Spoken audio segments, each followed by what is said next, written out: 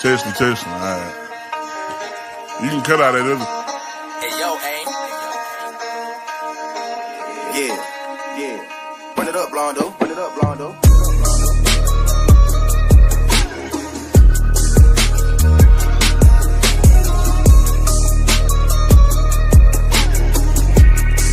Hey, see y'all from Texas, where we should ride in swangers and put diamonds in our neck.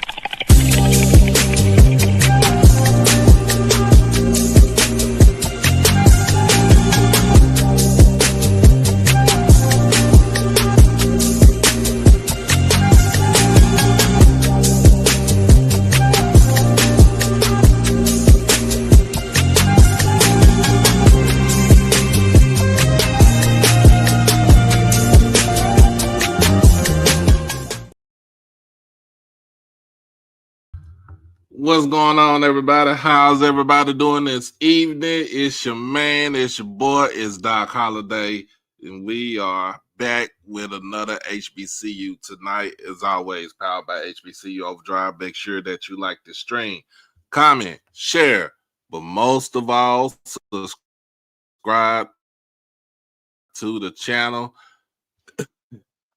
Get everything that you need. Hit that notification bell and put it on all and get everything that you need. HBCU Overdrive. And also, if you are on Twitter, make sure you hit that follow button and come on to the YouTube side and hit that subscribe button. I appreciate everybody for coming on. This is not short notice, but I really didn't do too much advertising today. I really got off of work and put this together and then took a shower and went straight to sleep. Because that's what I do.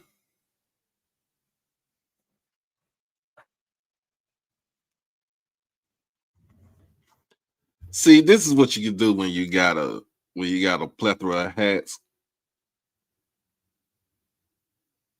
When you got a plethora of hats on your wall and stuff like that.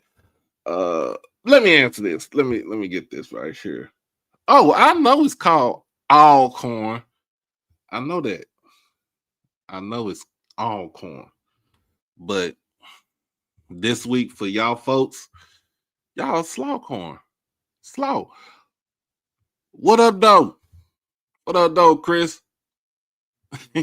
FTP.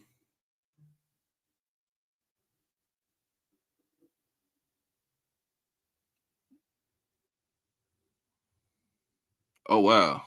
Air Force. Oh, wow. Oh, yeah. We're going to talk about basketball also, but oh,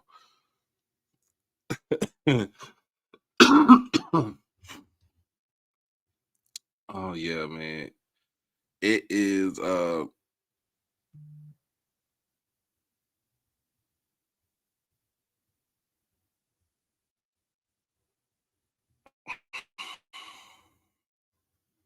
oh, it's working. It's working right now. It's been working.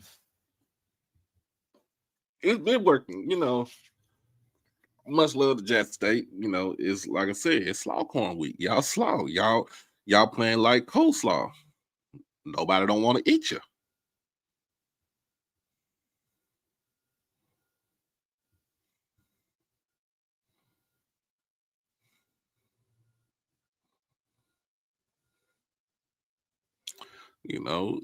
Y'all deer corn, Slawcorn,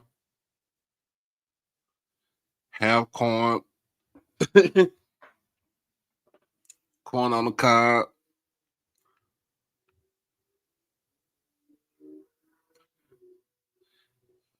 Matches seminary by 40. Let's put it just like that.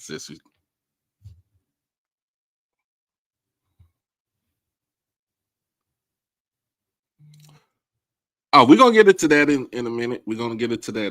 But we got to get these jokes off right here. But make sure that you like, stream, comment, share, subscribe to the channel. Children of the Corn, Corn on the Cob, Green Corn, Corn Kernel, Popcorn.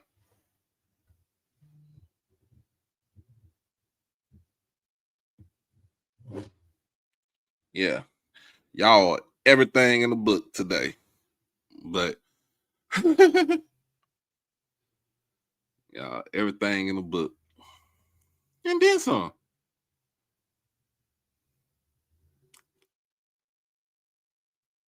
But as always, make sure that you like the stream. We'll be right back. We'll get right into it. It's your boy Doc Holiday. Become a subscriber on HBCU Overdrive on YouTube, and you can follow me on all social media platforms at HBCU_Overdrive on Twitter and Instagram. You can catch me on TikTok at Holiday1925 and on Facebook under my real name, David E. Smith Douglas. Also, when you become an exclusive family member, you get all the membership perks. You get all the exclusive members only videos, early access to new videos, member shoutouts, and members only live chats. And also, you can get birthday shoutouts on here and win member when you become a subscriber. You can also hit the donation to the Cash App at HBCU Overdrive. You can hit the PayPal, David Smith 1925, and you can hit the Zelle, David E. Smith 30 at gmail.com.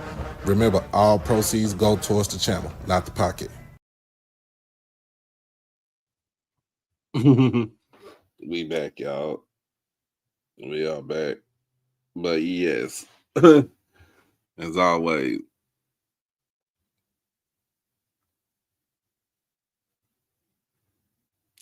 oh man, look, when I was in school, hey, even my own cousin couldn't beat us when he was playing.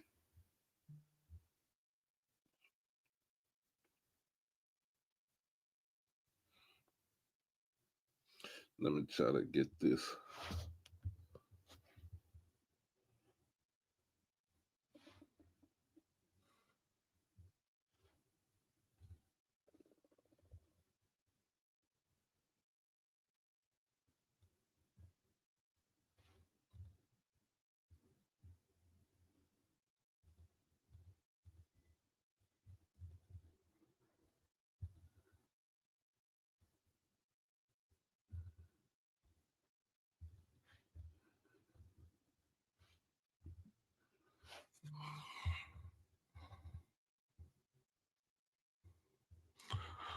Oh yeah, keep them scores coming, man. Keep them scores coming.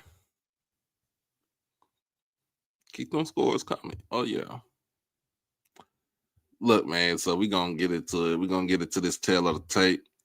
I don't think I'll be. We're gonna before we get into the tail of the tape. Let's go ahead and let's talk about. Let's go ahead and talk about it. Coaches on the move.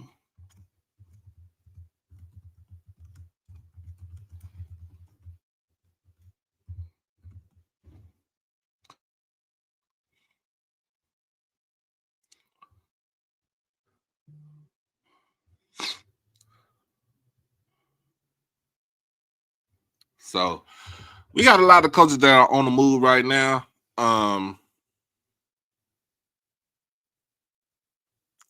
Is there McNair years?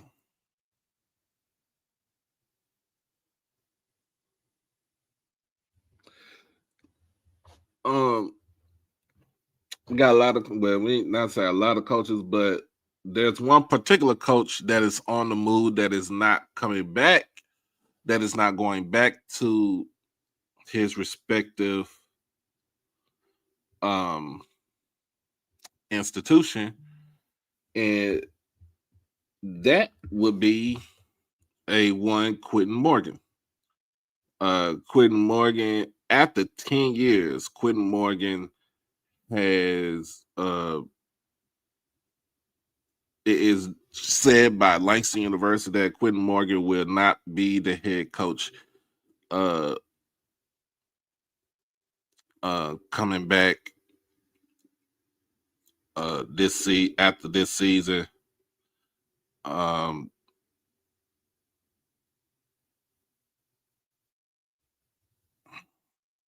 And let me go ahead and get that. Let me get that story.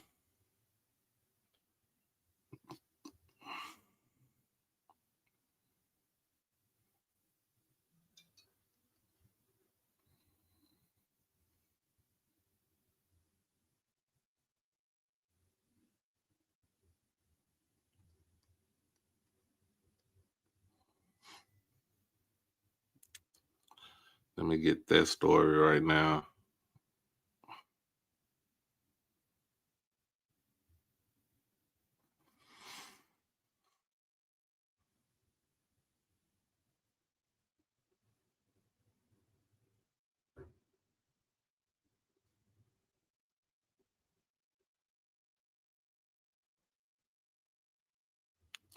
So we'll get to that, and then we'll do the HBCU parts ways with coach after 10 seasons. Langston University has become the latest HBCU to make a major football coaching change. The school announced that head coach Quentin Morgan will not return after 10 seasons.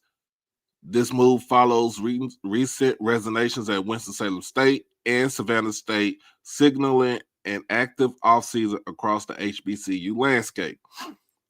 Director of Athletics Donita Rogers thanked Morgan for his long service. We would like to thank Coach Morgan for his service, dedication, and commitment to Langston University for the past 10 years, serving as head coach, Rogers said. Morgan first joined the staff in 2006 and moved through several roles. Eventually, he was promoted to head coach in December of 2015. During his tenure, he posted a 68-33 record. His conference record was even stronger at 59-23. As a result, he leads as one of the most successful coaches in school history. Morgan's teams produced some of Langston University's best modern seasons. The Lions made the NAIA Football Championship Series opening round in both 2017 and 2018. They also won 3 straight conference titles from 2017 to 2019. Because of these accomplishments, Morgan ranked second all-time in wins behind CF Zip Gales, who led the program for nearly 3 decades. So yeah, Quentin Morgan is out at Morgan State. I mean, not Morgan State, but Langston. I'm about to say Morgan State.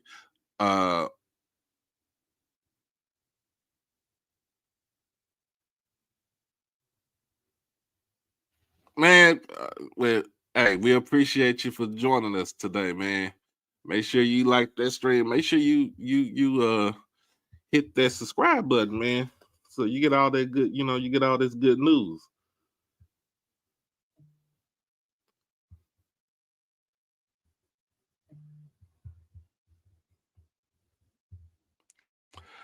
Now I'm a Cowboys fan, but I like baseball, so I like the Detroit Tigers too.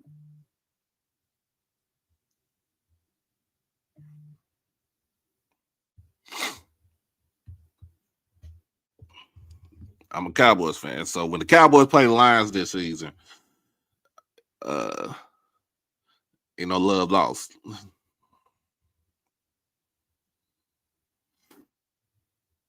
But to move away from one of your more successful head coaches, head coaches in the last, what, 60, 70 years. It's kind of crazy. Knowing that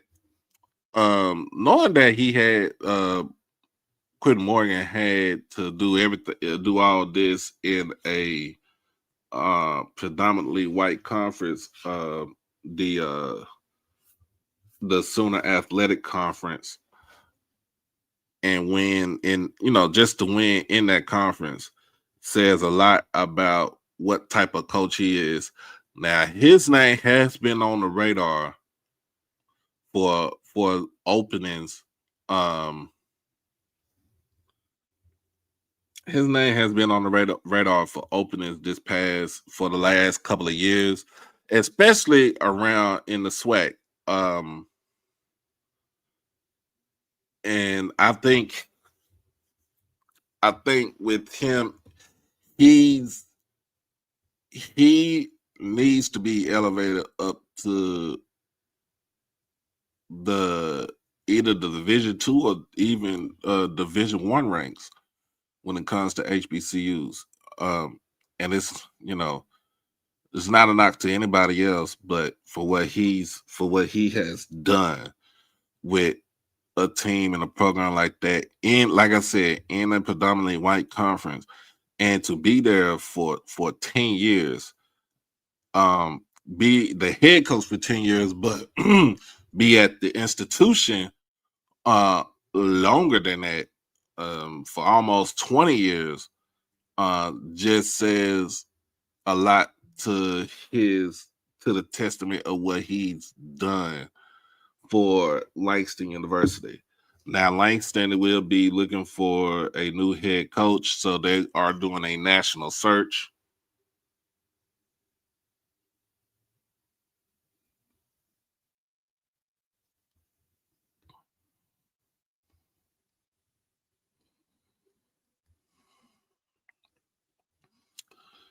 So Langston will be looking for a new head coach for the next season. Let's continue. This is from HBCU Game Day. So this is a trend across HBCU football. This coaching change comes during a busy period for HBCU programs. Winston-Salem State head coach Robert Massey resigned earlier in November, shortly after Savannah State head coach Aaron Kelton also stepped down. As a result, several schools are now searching for new leadership at the same time. The trend reflects shifting expectations, increased competition, and growing pressure to produce immediate results. Langston University will begin the national search for its next head coach right away. The timing is important. The early recruiting window is approaching, and roster movement around the NAIA is accelerating. Because of this, the school hopes to move quickly while still finding the right long-term fit. The Lions have a strong football foundation. However, the next head coach will face high expectations. With steady support from alumni and a wider HBCU community, Langston University aims to build on Morgan's success and open a new chapter for the program.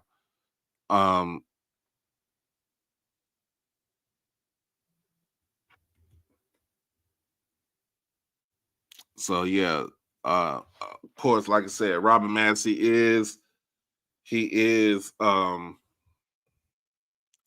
did resign like a couple weeks, about 2 weeks ago, and just now hearing that,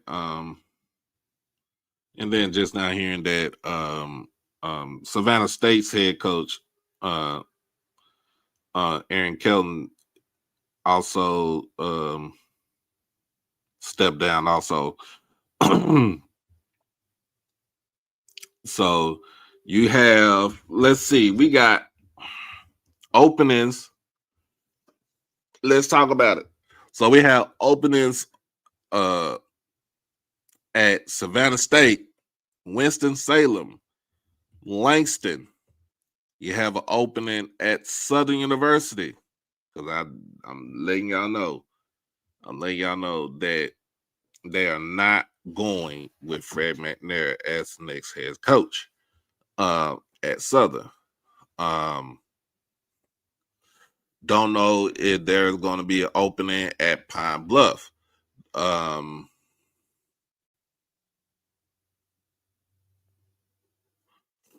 Don't know if it's also going to be an opening at Grambling. Because of what Mickey Joseph have done at Grambling, getting the program to 7 wins. Getting the program to 7 wins this season, and they still got one game left. It's Value Classic. To maybe end the program, to maybe end the season at 8 wins. I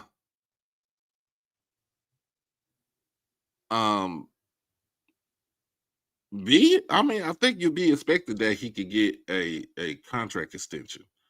Also, you might look at Alcorn with Cedric Thomas. To me, I feel like he kind of saved this job, but he has to win this game on Saturday to eventually save it. But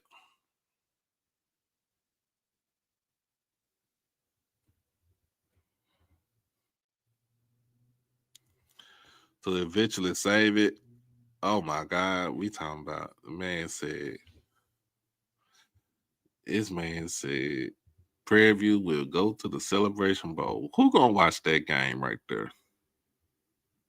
Who gonna can we get to the champion? Can we get to the conference championship game first? Can we talk about that? I mean, even my Jack State people, can we talk about getting to the championship game first before we do anything else?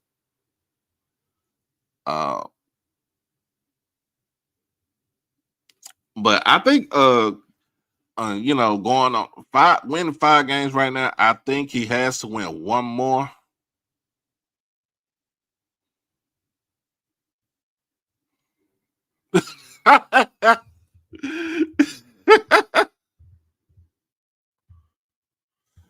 Oh Lord! So what? She out of a job, dude.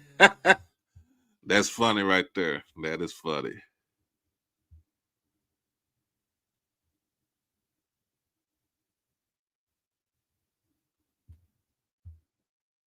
Okay, but yeah, when you looking at it, it is that game is when this game come up. It's gonna be a good one.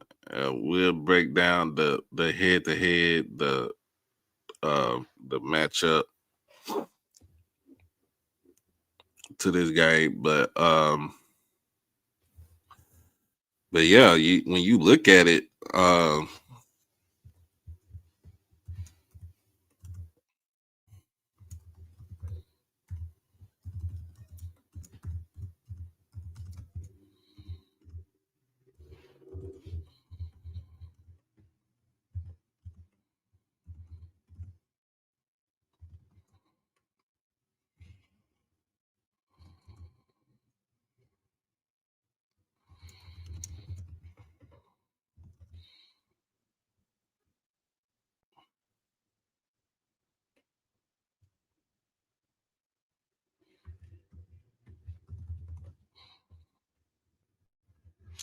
but yeah, we can talk about this.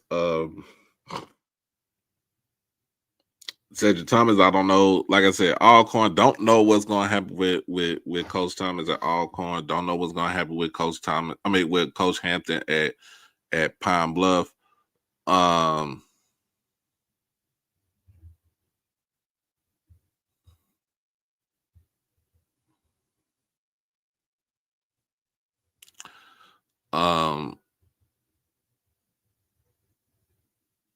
Sam Shade is about to end his first season at A&M. You also got Reggie Barlow about to end his first season at Tennessee State. Sean Gibbs about to end his first season at A&T.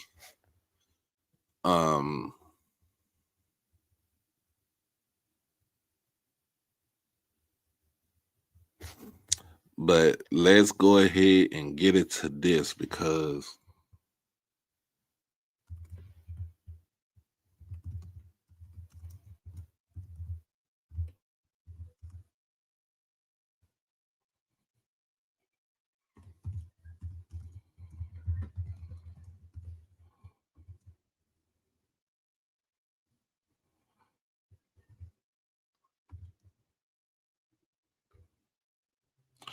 Now, since we on Colors on the Move, it said Marshall fought to Southern. Now,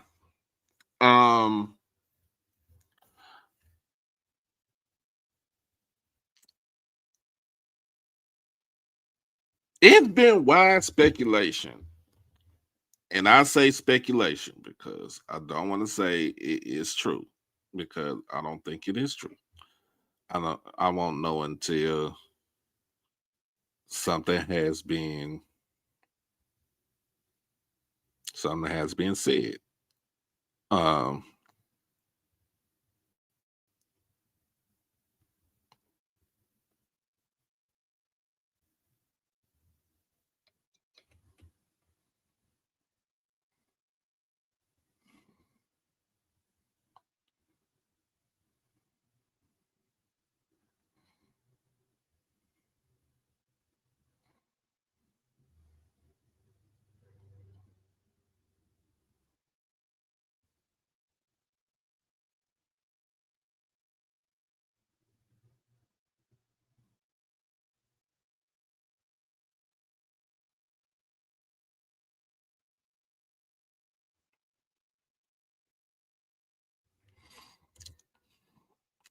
so I don't know the full gist of the whole thing as far as what Marshall fought.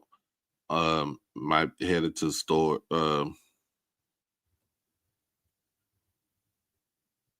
Heading down to Sutter, but what I what I've been hearing that talks have been ramping up.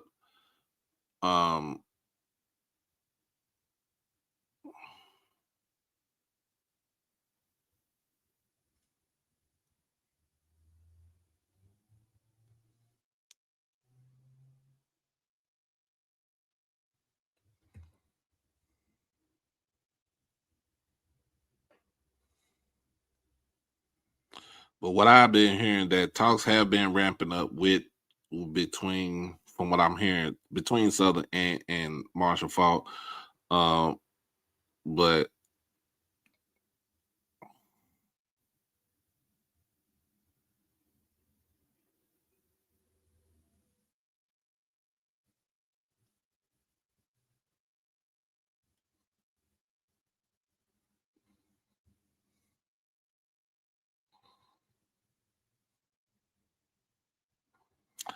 and let me see.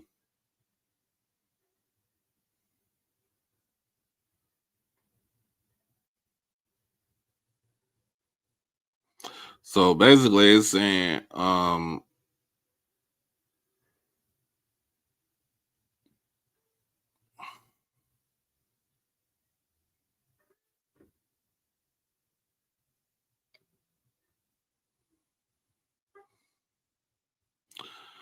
so Southern did interview Marshall Faulk for the head coaching job.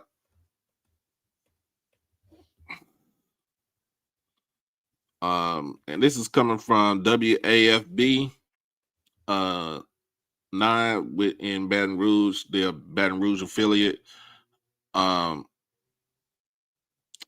Said once again, an old familiar name has resurfaced in Southern's latest search for a head football coach. Per multiple sources, Southern officials interviewed Marshall Faulk for the position.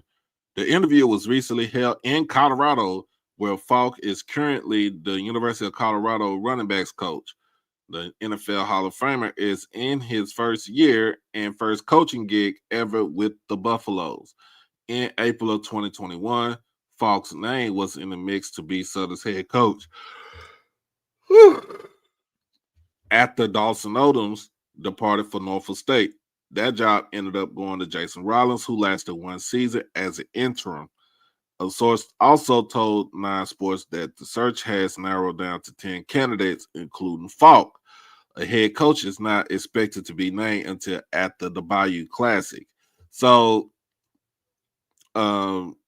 basically, Southern wants to name the head coach after the Bayou Classic is over and done. With basically once the season is over with, Southern is in Southern is in their worst season as a football program. I think this is the worst from what Big J Jones has said, that has been Southern's worst season ever. There is a chance that Southern can end the season at 1-11.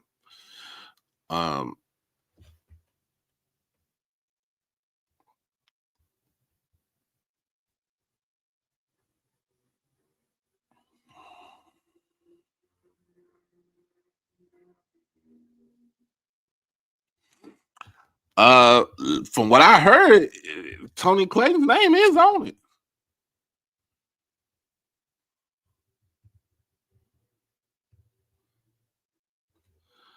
That's from what I heard, that his name is definitely on it.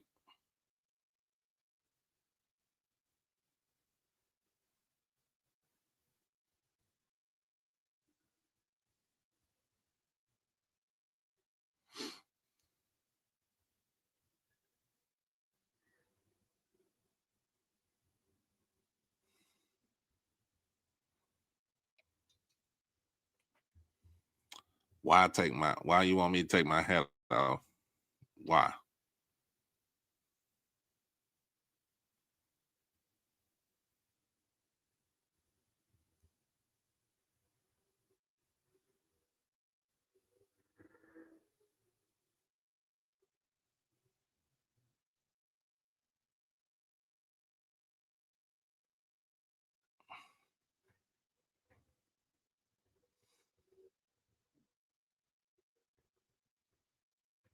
I'm not taking my hat off. Thank you.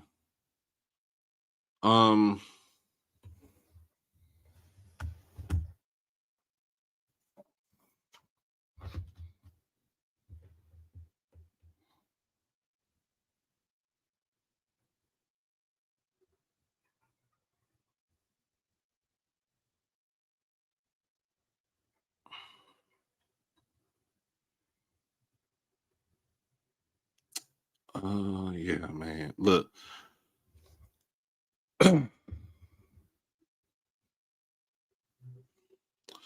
But yeah, when you think about this, I don't know if this is going to be a good hire. I mean,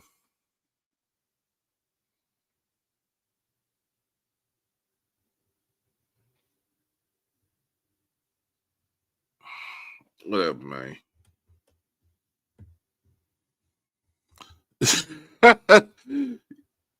You give me an Alcorn hat. I mean, look, man, I told you, family, my family.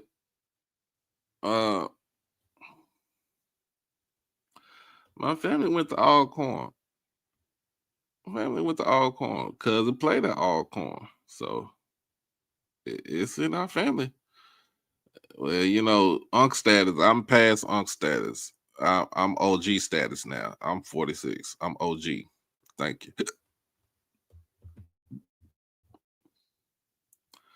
But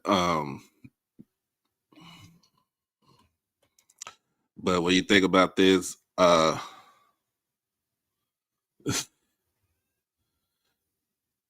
we all got sense. We all went to different schools. We all got shit. I went to Jackson, cousin with the Alcorn. Got a couple of cousins that's from Mississippi with the Alcorn. My niece go to Grambling. Another niece go to Prairie View. Nephew with the Clark. Cousin went to Howard. Another cousin with the Texas Southern. Paul Quinn, Bishop College, Old Bishop College.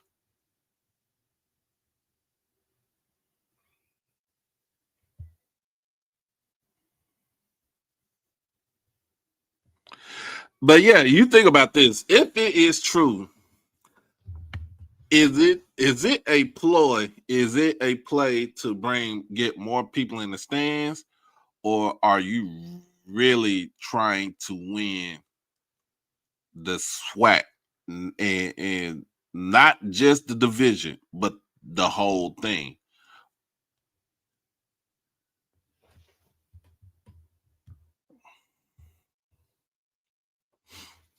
That is what's going on. That is what's up.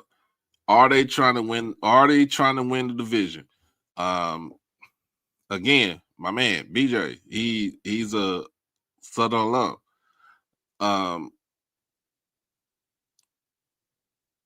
He said this on Sunday.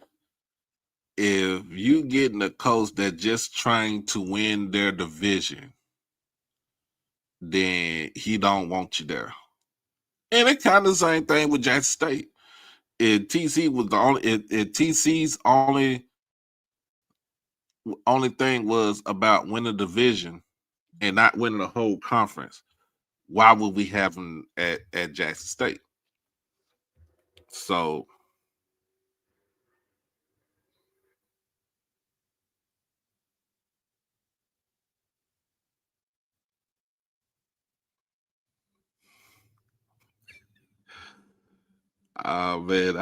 man, look, I done got my other kinfolk on I got my other kinfolk texting me. shout out to Coach OC, OC Williams. What's up, man? This Slaw, you talking about Slawcorn, huh? Hey man. Hey man. Hey man, look. I ain't even got to the game yet. Golly, can we still focus on coaches, on the coaches move? But I mean, since y'all since you want to be like that. Do the bread. Do the bread. Do the bread. Do the bread. Do the bread. Do the bread. Do the bread. Do the bread. I say get down low, get the fuck stand. Throw your arms up and do the bread. Do the bread. Throw your arms up. Throw your arms up. Do the bread. I ain't let that nigga do it again.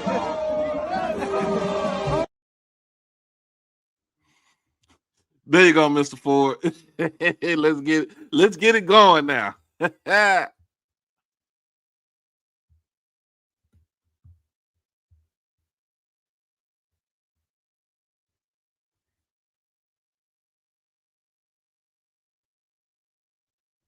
Appreciate you, man. I need that. So we always need that good prayer right there. That good word of affirmation. Appreciate it. What's going on, Mr. Ford? What's going on? Hey man, how you doing? I'm just checking in, man. I was watching. I gave it up as halftime. I was watching Houston and Cleveland, and so Oh, okay. I was checking to see if you was on. You was on, so I just checking in. All right. So we talk about coaches on the move. We have Quentin Morgan is out at Langston after 10 years. He's out? They said he will not be coming back to Langston at this season. They are looking for a new coach. Oh, okay. What was that record this year? You know what? Let me look at that. Yeah.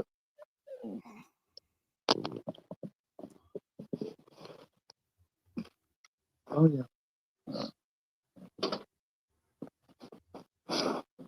Because wasn't people looking at him for some SWAT jobs? Yep. Okay.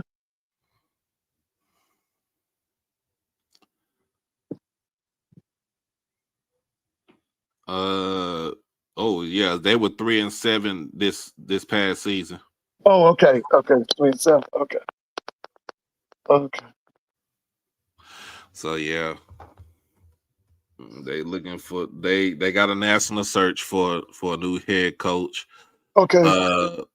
Robert Massey from Winston-Salem, he resigned. Yeah, I saw that.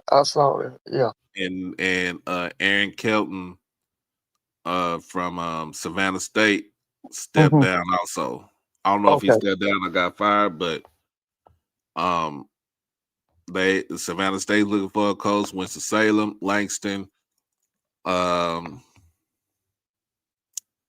Southern, of course, Southern's looking for a new coach. I don't know. Maybe Morgan State might be looking for a new coach. I don't know. I don't. I mean, because Coach Wilson kind of underachieved in his tenure there. Yeah. Maybe Howard might be going in a new direction. Right. Maybe moving on from Coach Scott. Larry I'm Scott, not. Yeah, I don't know, but there's, like I said, there's a lot of movement, even with Pine Bluff. Even though I don't think he will lose his job at Pine Bluff because of some of the circumstances that they have going on with their program, but with Coach Alonzo Hampton, Alcorn with Cedric Thomas, he has to win this game to keep this job, and I believe that's what's he has to win this game to keep his job. That's my thought process on that. Of course, it was Grambling was going to be looking for something because remember, Mickey Joseph only signed a 2-year deal now because he done won 7 games and he can win 8. He can win 8 games next week in the Bayou Classic.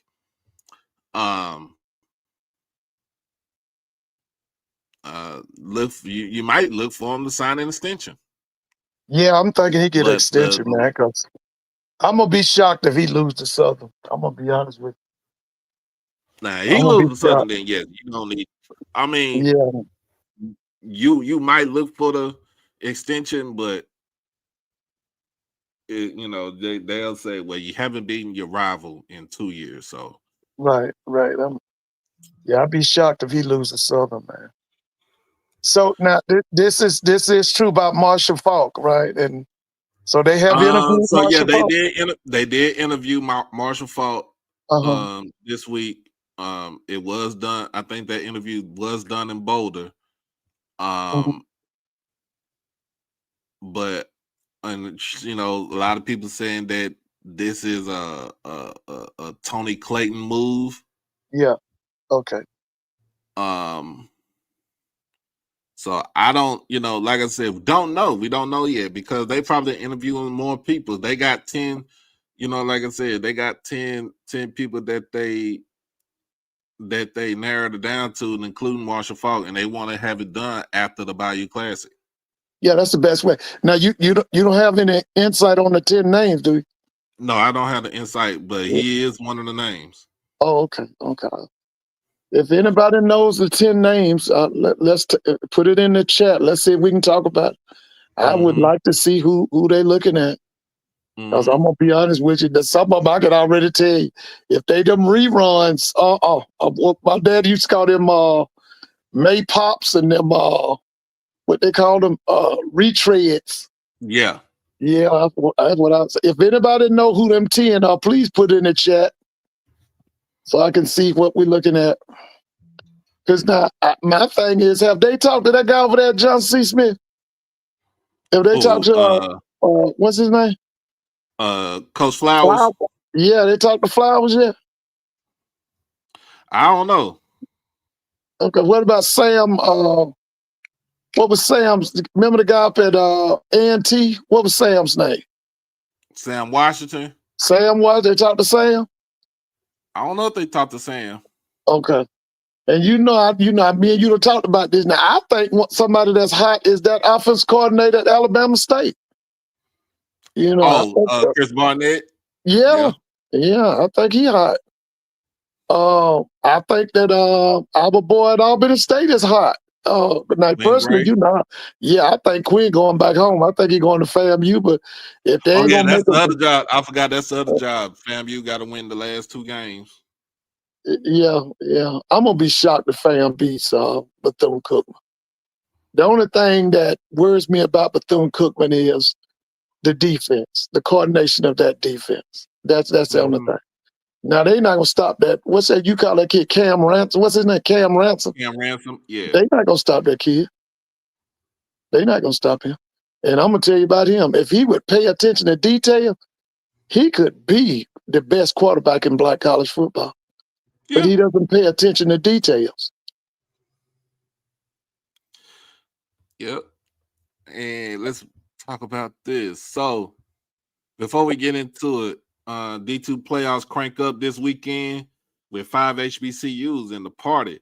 But let's talk about this. Kentucky State coach clears the air about the Delta State controversy. Mhm. Because all them Delta State folks was mad as hell that they should have played the game. They thought the game was gonna be easy because it was a HBCU and they didn't get the job done by winning the last 2 out of 3. And they struggled with another HBCU. They struggled with Fort Valley. Fort Valley came in and had put defense on them. Now, that was against who? When Fort Valley played Delta State earlier this season. Oh yeah. Oh, okay. Yeah, Okay. it was a defensive battle. Okay. So let's say this Kentucky State may earn its first Division II playoff bid, one of the 5 to make the field. Kentucky State defeated Shorter University 35-7 in a rescheduled Week 11 game. While the win on the field was decisive, the days leading up to it were filled with controversy, and head coach Felton Huggins is setting the record straight. He said at the heart of the situation was a now public dispute with Delta State head coach Todd Cooley, who told Football Scoop that Kentucky State had backed out of a scheduled game in Mississippi. Huggins, however, said the notion that his program was avoiding the matchup is both misleading and unfair, especially given the ongoing communication between the 2 programs. Huggins, a former NFL wide receiver and longtime assistant coach, has brought stability and vision to a program that hadn't sniffed national relevance in decades. His team just missed out on a SIAC championship game appearance with an 8-2 record before the final week on the regular season. That success didn't happen overnight, and neither did the logistics behind Kentucky State's Week 11 opponent. Cooley expressed frustration that Kentucky State opted to play Shorter, a team from Conference Carolinas, rather than make the trip to Cleveland, Mississippi to face Delta State. You got Kentucky State who signed a contract to play us, and they're not, Cooley said. They're telling us they've got an agreement to play the 3rd place team in Conference Carolinas, where Shorter is not the 3rd place team. Cooley's claims made national headlines, not often focused on Division II football playoffs. The original story had no response from Kentucky State, nor did it make it plain it reached out to them. So here's the pushback. Huggins pushed back hard on that narrative, saying Kentucky State was very transparent in the process in the weeks leading up to the final week of the regular season. Even when we first previously talked about this in early May, April, it was communicated about, again, the conference mandate that we had at the end of the season. Told them if we was out of conference contention from anyone in those other games, we definitely will play, even to the point where when we got on the run over a month and a half ago, definitely had communication with the AD and him, he told HBCU Game Day. And so even to the point, I would just say me and him talked head coach at Delta State. We talked a week and a half before going into the Valdosta State game. And I would just say he knew that we communicated with him, but he did realize that he told me he's already been looking for games. But for me to go out there and have selective outrage because you want to pick and choose, and then you try to come back and feel like we're on the low totem pole, a low-hanging fruit that don't sit well. But we did everything we're supposed to do. And then the commissioner for the side backs the call, said side commissioner Dr. Anthony Holloman also weighed in defending his conference and its member institutions. As the commissioner of the SIAC, I am an unapologetic advocate for my member institutions. It's my responsibility to put them in the best position to achieve our desired outcomes. We want to play for championships, and we want to get as many deserving teams into the NCAA playoffs as possible. He added that the matchup against Shorter, though the Hawks had a poor record, still met the standards outlined in the agreement with Conference Carolinas, which was signed in December of 2023. It wasn't about dodging anybody, Holloman said. This was strategic. Kentucky State ended up taking care of business against Shorter and punching its ticket to the NCAA playoffs. Delta State was a member of the 14 remnant of the Gulf South Conference, was on the bubble, was on the outside looking in of the playoff bubble. So basically, in this whole thing, that the communication was out there, but the coach for Delta State was like, y'all backed out of the game because they know they felt like they wanted to they needed to play Kentucky State because they felt like it would have been an easy game for them to get into the playoffs. But like I said, if you would have won your last 2 out of 3 games, you wouldn't have this situation. You wouldn't have this situation. If you would have beat the Valdosta State, you wouldn't have to worry about playing an extra game at the end of the season to get yourself into the dance. So Kentucky State beat Shorter. They're in. Delta State, you don't have anything to play for. You lost. Just wait, next year. What you think about that, Mr. Ford? I ain't got a damn thing for Delta State till they get it straightened out who killed that black kid out there. They lynched the kid on campus and then lied about it. The hell with Delta State. Till they root out them criminals out there, I ain't got shit for them. Woo! Hey, I can roll with that. I can definitely roll with that. Give a damn about no Delta State. You think about it, it's like when it comes to this with the football situation, they looked at it as being, they wanted to they thought it was gonna be an easy game with Kentucky State. Kentucky State went 8-2. I think we should boycott Delta State. Don't play them in nothing. Till they come up with who killed that kid out there, who killed that student. Because they buried that. Yeah, they sure did. They swept that under the rug. Yeah. So it don't make no sense. But we got 5 teams in the Division II playoffs from HBCU conferences. On campus too. You have Johnson C. Smith and Virginia Union out of the CIAA, and then you also have out of the SIAC, you have Albany State, you have Kentucky State, and you have Benedict. This is going to be very interesting this coming up weekend. They're all from the same region. I think they're from the same region. I know Virginia Union and Johnson C. Smith is in Region 1. I think the other 3 are in Region 2. But Union will be hosting. Johnson C. Smith will be hosting a game on campus. Albany State and I think Albany State and Benedict will be hosting games on their campus. Albany State got Valdosta State coming. What? That's about is that about 90 miles? Let's see. I think so. I think it's more. I think it's less than 100 miles. Yeah, less than 100 miles. They got them on campus, and that's going to be on TV too, right? I think so, but because Valdosta State this year started off losing, but they got it together at the end. Mm-hmm. Because the guy who was Coach Jackson's offense coordinator, he took over the team. He's a head coach. Yeah, I think he's real young. But they got it together, and I think they won their last 5. We have to look them up. I think they won their last 5 games. They're coming into Albany real hot now. Blazers, because they Valdosta State Blazers, I think. They coming into Albany real hot. Real hot. I wish I could be there.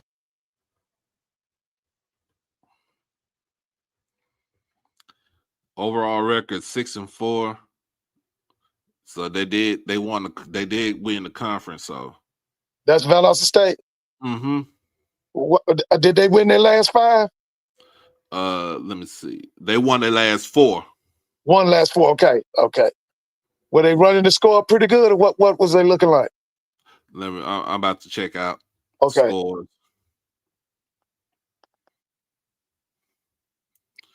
So of course they was close against Clark. They lost to Johnson C. Smith. Right. That's right. They beat Chowan. Yeah, they blew out Chowan. They got shut out by UNC Pembroke. Okay. They lost to Lenore Ryan. That's crazy. That's North Carolina. And they lost to, of course, they lost to the Citadel. Okay, that's division. That's FCS, right? Mm-hmm. They beat North Greenville. They beat West Alabama. They were in a close battle with Delta State, but they beat them, and they beat West Florida in overtime. They hot. Mm-hmm. They hot. They hot, Doc. If they beat, because you know West Florida something else now. Yeah, but Auburn stay hot too. So yeah, that's gonna be a collision now. That's gonna be a collision because listen, all that's South Georgia. All that is South Georgia. So, what time is that game? Is it a 12, 1 o'clock? What is that? They ain't got, hold on, let me see if they got scores. I mean, not scores, but time.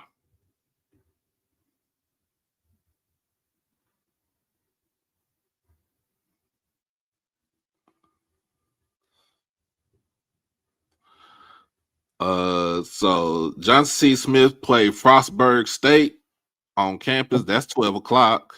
Okay. Virginia Union have Cal, PA, Pennsylvania. Yeah. That's at 12 o'clock. Albany State Valdosta, that's a 12 o'clock game. Okay. Benedict and Wingate and Benedict go back at it again. That's 12 o'clock. Last time Wingate Benedict played, Wingate won.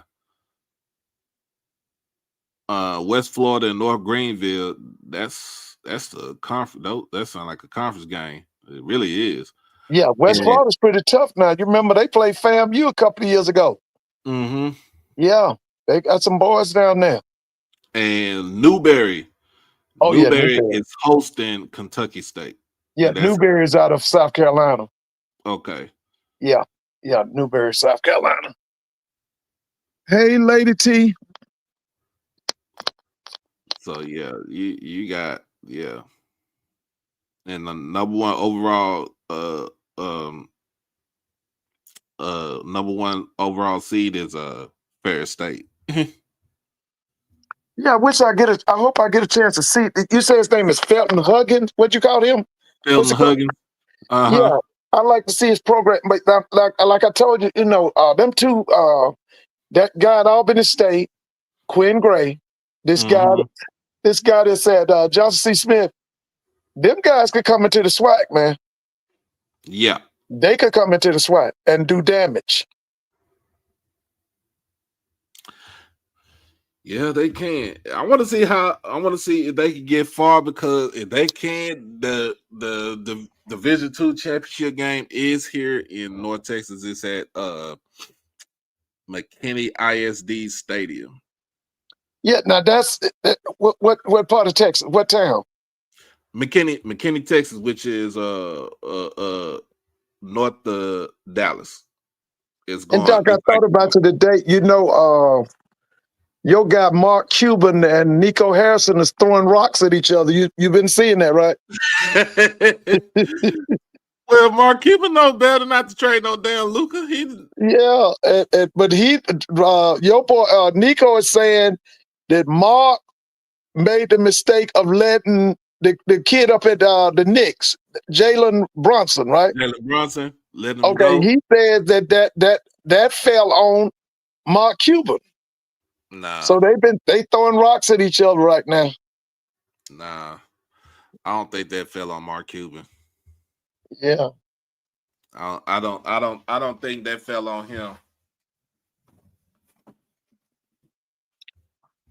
Yeah, I was just checking out. I said, okay, so they fighting now. So you think Nico get another GM job? I mean, probably so. I don't know. Right. Oh, but listen, I still think that Quinn Gray ends up in Tallahassee now. I'm just, I'm thinking about the Flowers, the coach Flowers. Right. Do you think we get him in the SWAC? Would he be a good fit at Southern? Because this Marshall Falk thing, he is from New Orleans. He's well liked. Mm-hmm. We'll see. I don't know too much about Marshall and coach. I think if they, somebody just said this. I think Pop said this. If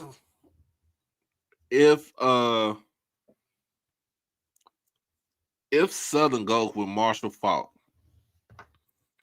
are you really trying to win the games? Are you really trying to win games? Or are you just trying to fill your stadium back up? Well, you know what? I'm going to be honest with you now, Doc. Let me just say this. One of the things I did, they just played Texas Southern. According to the NCAA, they had 24,000 people, and Southern is having one of the worst seasons in years. And they still drew 24,000? That means they got some loyal fans in Baton Rouge, man. They do. Yeah. So, hey, thick or thin, they with Southern now. They're gonna be with them Jags. Mm-hmm. So I don't, I'm if it's gonna be Marshall Falk, I'm just waiting to see that, see this, and I just because my whole thing is if let's just say let's just put it like this. We playing. I ain't say devil's advocate because it's really not devil's advocate. Let's just say if Southern does get Marshall Falk, right. what type of staff does he put together? Yeah, that's gonna be key. Cause see that Doc, I always remember this. Now, I've said this, me and you done talked about this. Mm-hmm. Okay. Southern University, Jackson State, Florida A&M, Grambling, North Carolina A&T. You can't go to them schools talking about you're gonna learn how to coach. You got to already be a champion when you get to them schools. Right. Because let me tell you something. You know me and you done talked about this. Them people down there in Baton Rouge ain't got no patience, man. They ain't got no patience. None. They don't want to hear no excuses. They don't want to hear about we couldn't get this, we couldn't get that. Their expectation is just like Alabama, LSU. They want championship. That's what they feed off of. They talk about family get rid of. I think Southern will get rid of you quicker. I'm gonna be honest with you. So I'm gonna just say this now. His staff is gonna be key. Cause baby, he got to come in running. Cause I'm telling you, talking about you gonna build a program and all that, that ain't gonna work in Baton Rouge. That ain't gonna work in Baton Rouge. It's kind of like what we see with Deshaun Jackson at Delaware State. Yeah. And the way that, even though he came in as a high school, as a high school offensive coordinator, it's about who he got on his staff. Yeah. That's running the show. And he has he wasn't Deshaun, he wasn't a coaching champion, but he was one of those types that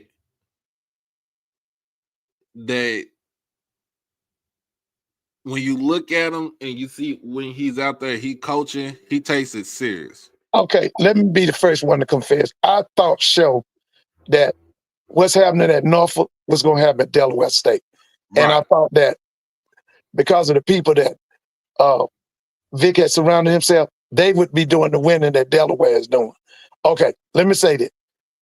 The first time I saw Delaware State, it's obvious somebody had vision. Now, I don't know if it was in the athletic administration, on their staff, whatever, but somebody know what they're doing. Because when I saw them play, the first time I saw, was it North? Wait a minute. Okay, Doc, I've seen them play Norfolk State. I've seen them play. Wait a minute. Who They has the? played Delaware. Wait a They minute. played Delaware first game I of the missed the season. Delaware game. I saw Norfolk. I saw them against Morgan. Mm-hmm. Okay, somebody know what they doing, Doc. I'm telling you, I watched them, and I was trying to pick. You know me, because I'm gonna be honest with you. Like I told you at the beginning, I did not take Deshaun Jackson serious. I didn't. Because I loved him as a player. I thought he was a fool, but he was electrifying and all of that. But somebody got some vision. Somebody know what they're doing. Now, if it could be Deshaun, it could be their coaching staff, it could be them people up there in that administration. But somebody got a vision. Somebody know what's going, and they put that team together quickly. Okay. Yeah. Yeah. Yeah, when you think about it, I think it was the president of the school had a vision, and I think the athletic director had a vision, and I also think Sean had a vision too. So I think Right. all of them are on the. I think all of them are on the same page. Oh, Sarah said that Mr. Ford that she saw Dr. Walter Reed. I remember him. Oh, Yeah. Yeah, I remember Dr. Walter Reed. yeah. He was at FAM one time. Mm-hmm. Yeah, I remember him. Yeah. But now let me say this. I think it's going to be a dogfight in Dover, but I'm picking South Carolina State. I'm picking South Carolina State, but I think it's going to be a dogfight now. I think it's going to be a dogfight up there because that game is at what, 1 or 2 o'clock? What time's that game? I think at 1. 1 o'clock. Yeah, that's gonna be a dogfight, man. Now that's ESPN Plus, right? Mm-hmm. Yeah, that's gonna be a dogfight, man. Because it's right there it's right there on campus. It's gonna be packed. You got all them people coming. But I'm gonna go with them Bulldogs of South Carolina State.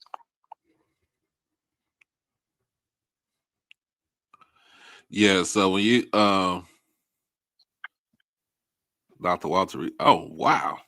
In Yeah, I remember him. That's 50 years ago, bro. Yeah, that's 50 years ago. Yeah, I remember him in the 80s. Yeah, I remember. Now he was the AD, I think, when I was at Grambling. Yeah.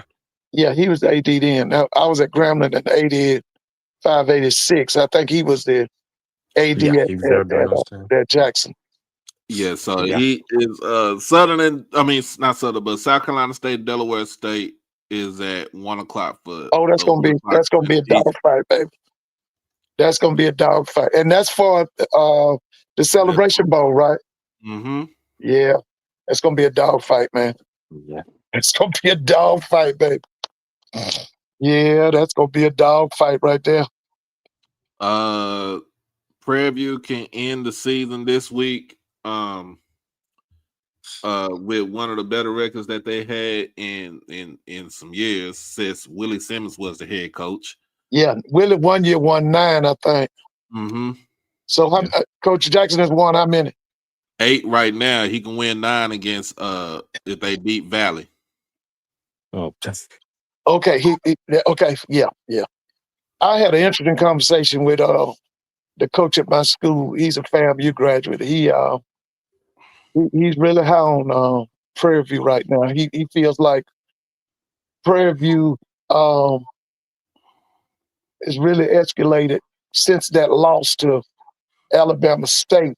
And I asked him, Are they escalating because they playing, below mediocre and horrible teams? But he's telling me, well, his whole thing was that they really, I guess he's been watching them. He's saying that they have really improved.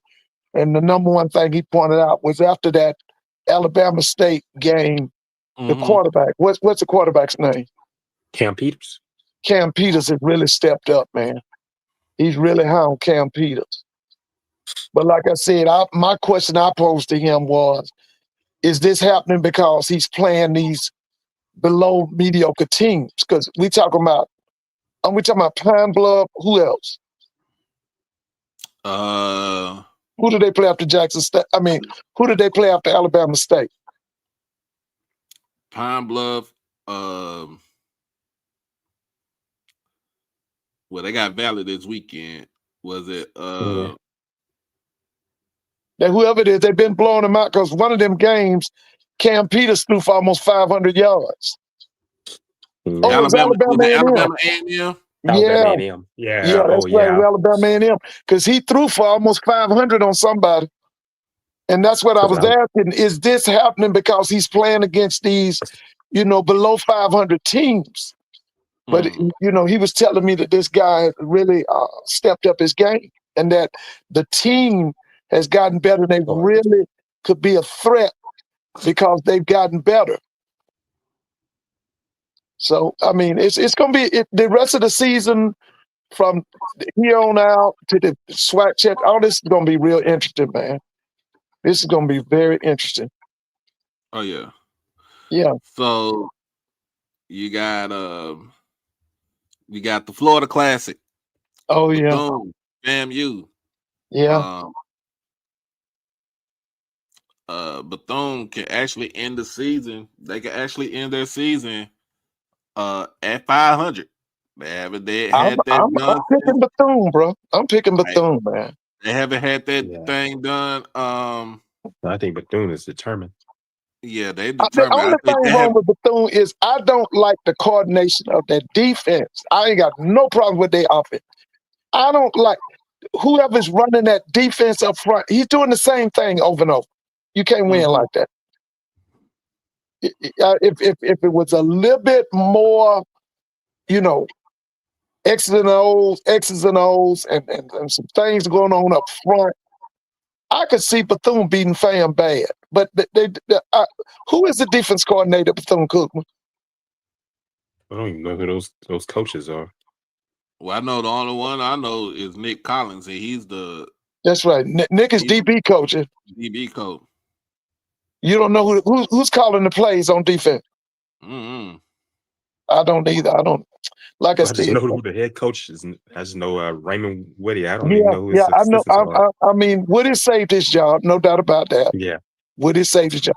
I just wish that whoever is the defensive coordinator was more aggressive. I wish he was more aggressive. Okay. I watched him in person. You got Texas Southern and was it? Let me see. Texas Southern, Alabama A&M. Yeah. They always end the season. And that's in Houston. Yeah, that's in Houston. And by the way, Doc, I don't know if y'all keeping up now, but let me tell you something, y'all. We be talking about them bands and all that. Now, we say, Southern, Jackson, FAMU. Listen, y'all. Yeah. Y'all need to look at Texas Southern's band. Texas Southern band is blowing people out. Oh, yeah. They've been coming up on that whole thing. Yeah. My phone during the week, and I've been watching it.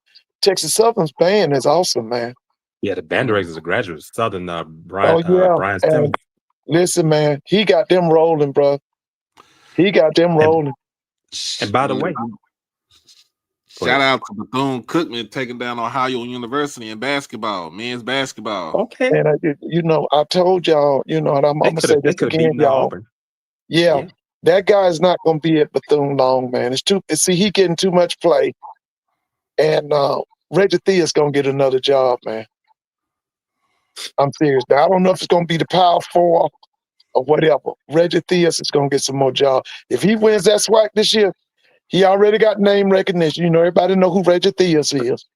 Okay. Yeah. And then he I done watched brought him. down them boys down there to Daytona Beach. And like you said, almost it really should have took Auburn out. Listen, man, that dude gonna get some offers, man. That dude gonna get some offers, man. Speaking of marching band, I don't want to interrupt anyone, but speaking of marching band, shout out to Alcorn. You know, on Thanksgiving Day, Macy's Thanksgiving Day parade. Their marching band's gonna be performing in New York City, and Macy's Thanksgiving Day parade's gonna be on NBC Thanksgiving morning. I talked to Dr. Everson Martin this past Saturday. He's a graduate of Southern, played in the Human Jukebox, and yeah, they're ready. They're ready for the trip, and they tell me how excited the members are, and he's ready himself. And a shout out to them. No matter if you're an Alcorn fan or not, this is great for HBCUs. Yeah, this is Sound of Dynamite, isn't it? Yeah, Sounds of Dynamite. Yeah, I talked to him after the game. I even talked to the head coach at Alcorn, head football I'll make coach, sure I Cedric watch Thomas. it. So I always Yeah. look for them black college bands in the Macy's. I remember when Morris Brown used to go back in the day. I remember when Morris Brown was in it. Yeah. Yeah, I'm congratulations to Alcorn for that. I'll be looking for him. Yes.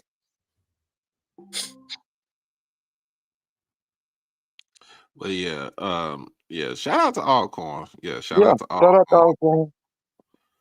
Oh yeah, the Knicks and the Mavericks are playing tonight. They get ready to play at 8:30. That's the Knicks and the Mavericks. Mm-hmm. Oh yeah. I ain't gonna say nothing about my Mavericks because Wemby already gave us. Well, let me ask you this question, now, Doc. What you think about this Cooper Flag at point guard, though? You like that? Nah, I mean he don't need to generate the offense. Yeah, I mean, I don't get that, man. I can see it situationally, but for the whole game, no. And I got all the utmost respect for Jason Kidd. Now, you know, I was a Jason Kidd fan from the time he was in high school, college, and pro. But now I don't get that. I was in high school when Kidd was playing high school ball, and I think my birthday is coming up on Tuesday. I think we all alone there together, and he's a year older than I am. I'll be turning 50. He's 51. He came out of high school, what, 88 or 89? No, he came out in 92. He came out of high school 1992. 92. Oh, he came out in 92. Nah, I remember when I lived some. Yeah, I came out in 93. I came out a year after Jason Kidd. Yeah, because he was McDonald's All-American, wasn't he? Yeah, he sure was. 1992. Yeah, I remember him. He was a big. They called him the Robo Guard or something. Oh yeah, he was tough. Back 6'5", big guard. Yeah, played for Todd Bowles from that. Yeah, so when I lived in Oakland, I remember I lived in Oakland. I watched him play. Oh man, he was bad. He was bad. That was before social media. I remember when that dude was tough. I remember when Cal Berkeley. Him and my cousin Rod Higgins. Othello Harrington was on that team. Rod. Yeah. Othello Harrington was on that All-American team. Gary Payton, they all with Garrett, they all come back to Oakland and they used to have runs. I forgot where Gary they used to have them at, but they used to have some open runs like back in the day. I remember watching Jason Kidd. He was he was something. He was a junior when I saw him play, and I was like, oh. I know I was in high school then when the kid was playing. I used to see it on ESPN. They talk about that guy you talking about, Rod Higgins. Rod Higgins was the general manager of the Charlotte Hornets at one time, wasn't he? Yeah. For Michael Jordan. Mm-hmm. Yeah, Rod Higgins. I remember him. Yeah. Yeah. Yeah. So I'm like, yeah, he was a bad dude. Yeah, he came out in 92. He and Othello Harrington on the McDonald's High School American team. Othello Harrington out of Murrah and Jackson, Mississippi, played at Georgetown. Georgetown, I remember him. They were that team together. Yeah. Now this guy, he also played with Tony Gonzalez at Cal Berkeley, didn't he? Yeah. Gonzalez was there during the time. Yeah, Lamar Murray. They were there. Tony was the starting power forward. Oh, yeah, that's what I thought. Yeah, Todd Bozeman was the head coach. Yeah, Todd eventually coached at Morgan State. Morgan State sure did. Yeah, Todd. Now Todd didn't work it. What Todd doing now? Mm. He's not That's a coaching great anywhere. Did he go anywhere after he left Morgan? I don't know where is I what don't happened to Todd Bozeman. Yeah, I don't know what happened to Todd either.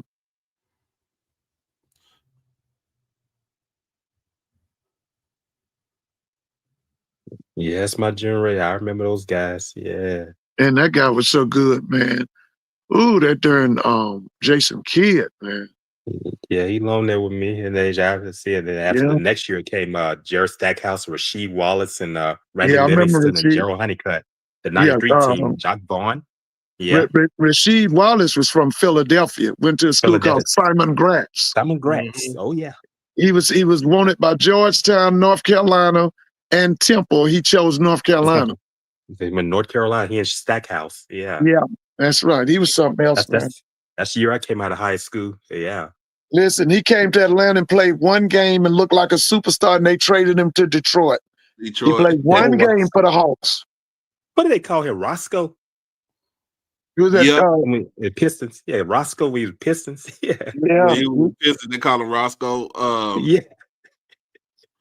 So yeah, we got. Oh yeah, let's see. We got Alabama State.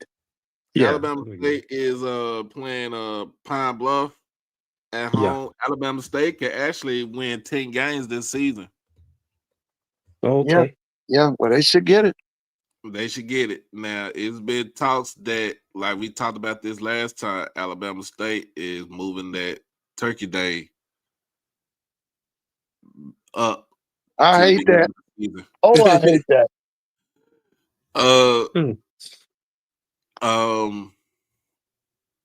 But also, I remember BJ was saying this too. He said that if you take off Miles off the schedule and put a good FCS team, and you take Tuskegee and move that game up.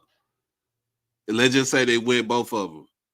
You will hear Alabama State's name going to the FCS playoffs instead of sitting at home with a 10-2 record. Man, damn that FCS. I'm sick of the FCS play. I don't want nothing to do with it. Is that the reason why they moving it up, because so they have a chance to get into the FCS playoffs? Yeah, they can have a chance to either get into the FCS playoffs or they play for the play for. It's a waste of time.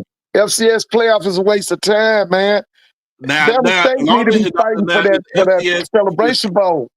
Yeah, if the FCS playoffs, if they go with private equity, then I think that's much better, because then you don't lose money. Man, let me tell you something, man. That game against Tuskegee is the oldest black classic. They don't need to mess with that. Leave it alone.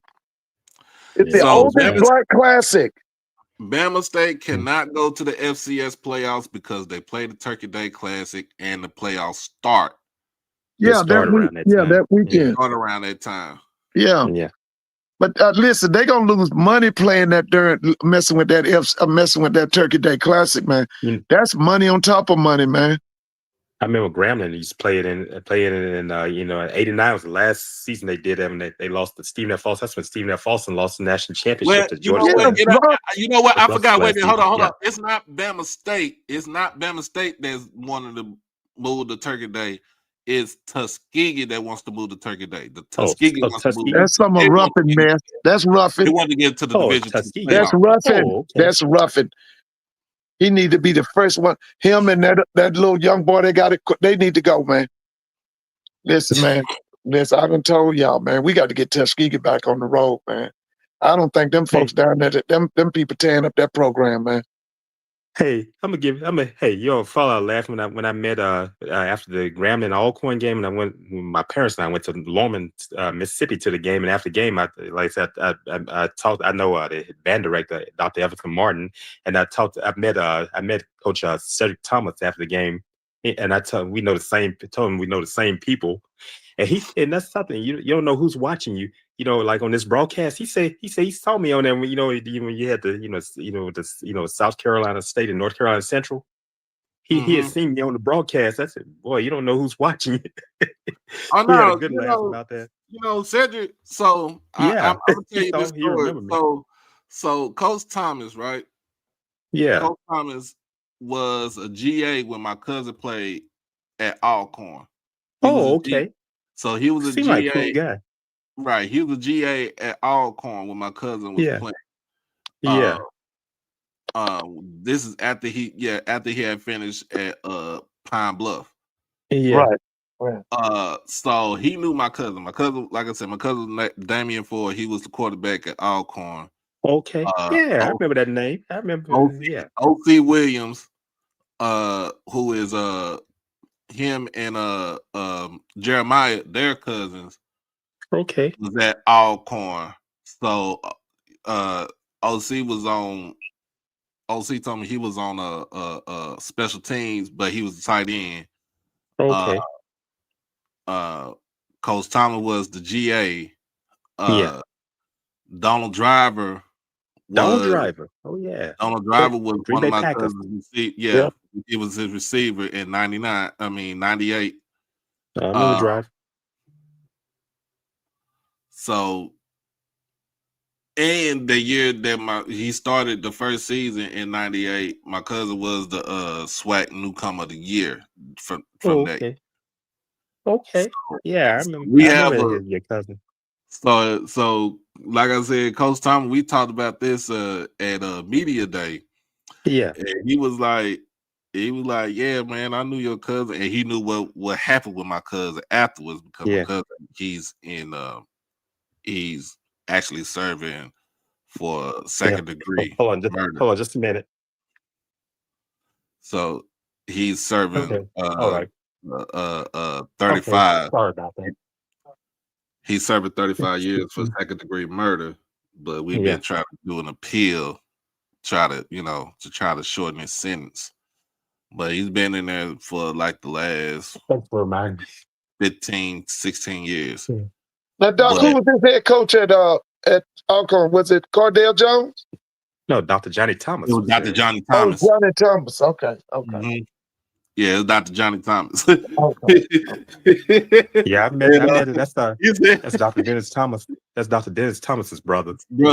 I remember they said that the year that they went, remember the year they went 0-11. Oh, I remember that one. My cousin, one of my homeboys on that team. So my cousin wanted to play basketball. Granted, my cousin was good. He was good playing football, but he was even better playing basketball. My cousin's 6'5".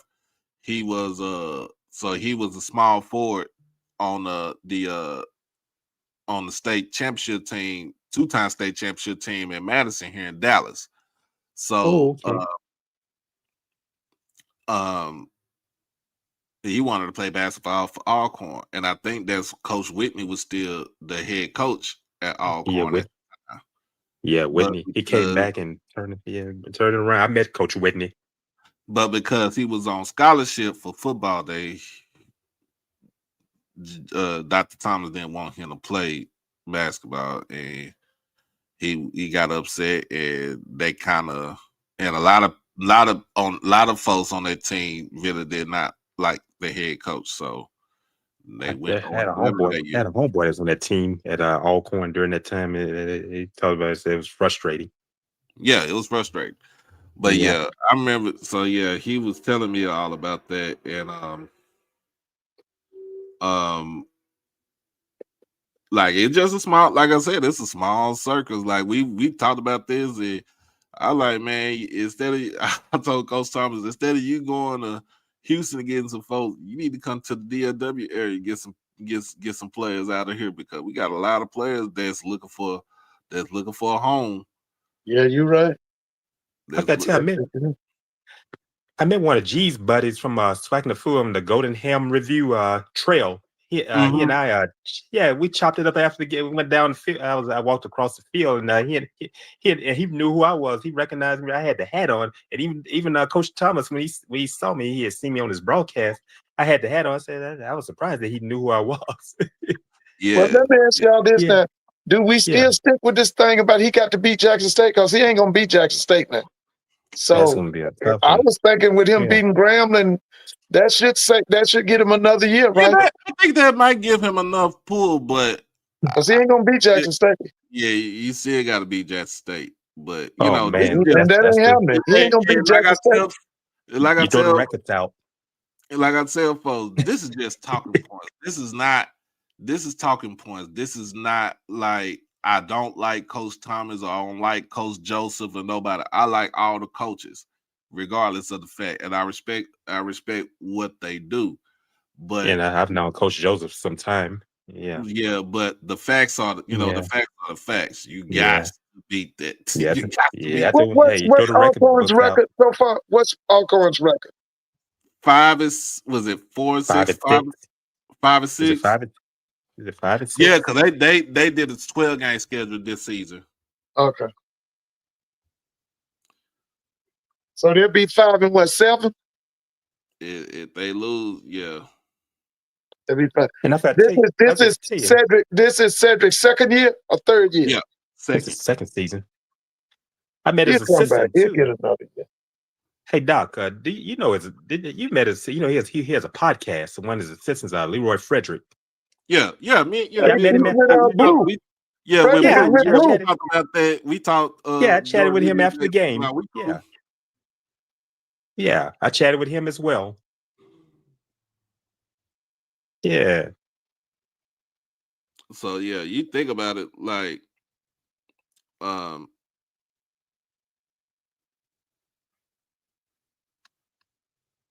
but when you and I don't know what is that? Oh Lord. When you think about it, this week is like, to me, I think this week should be a improve your record for the next season. This is Jackson is win and you win. Win this game, you win the SWAC championship game, you host the SWAC championship game.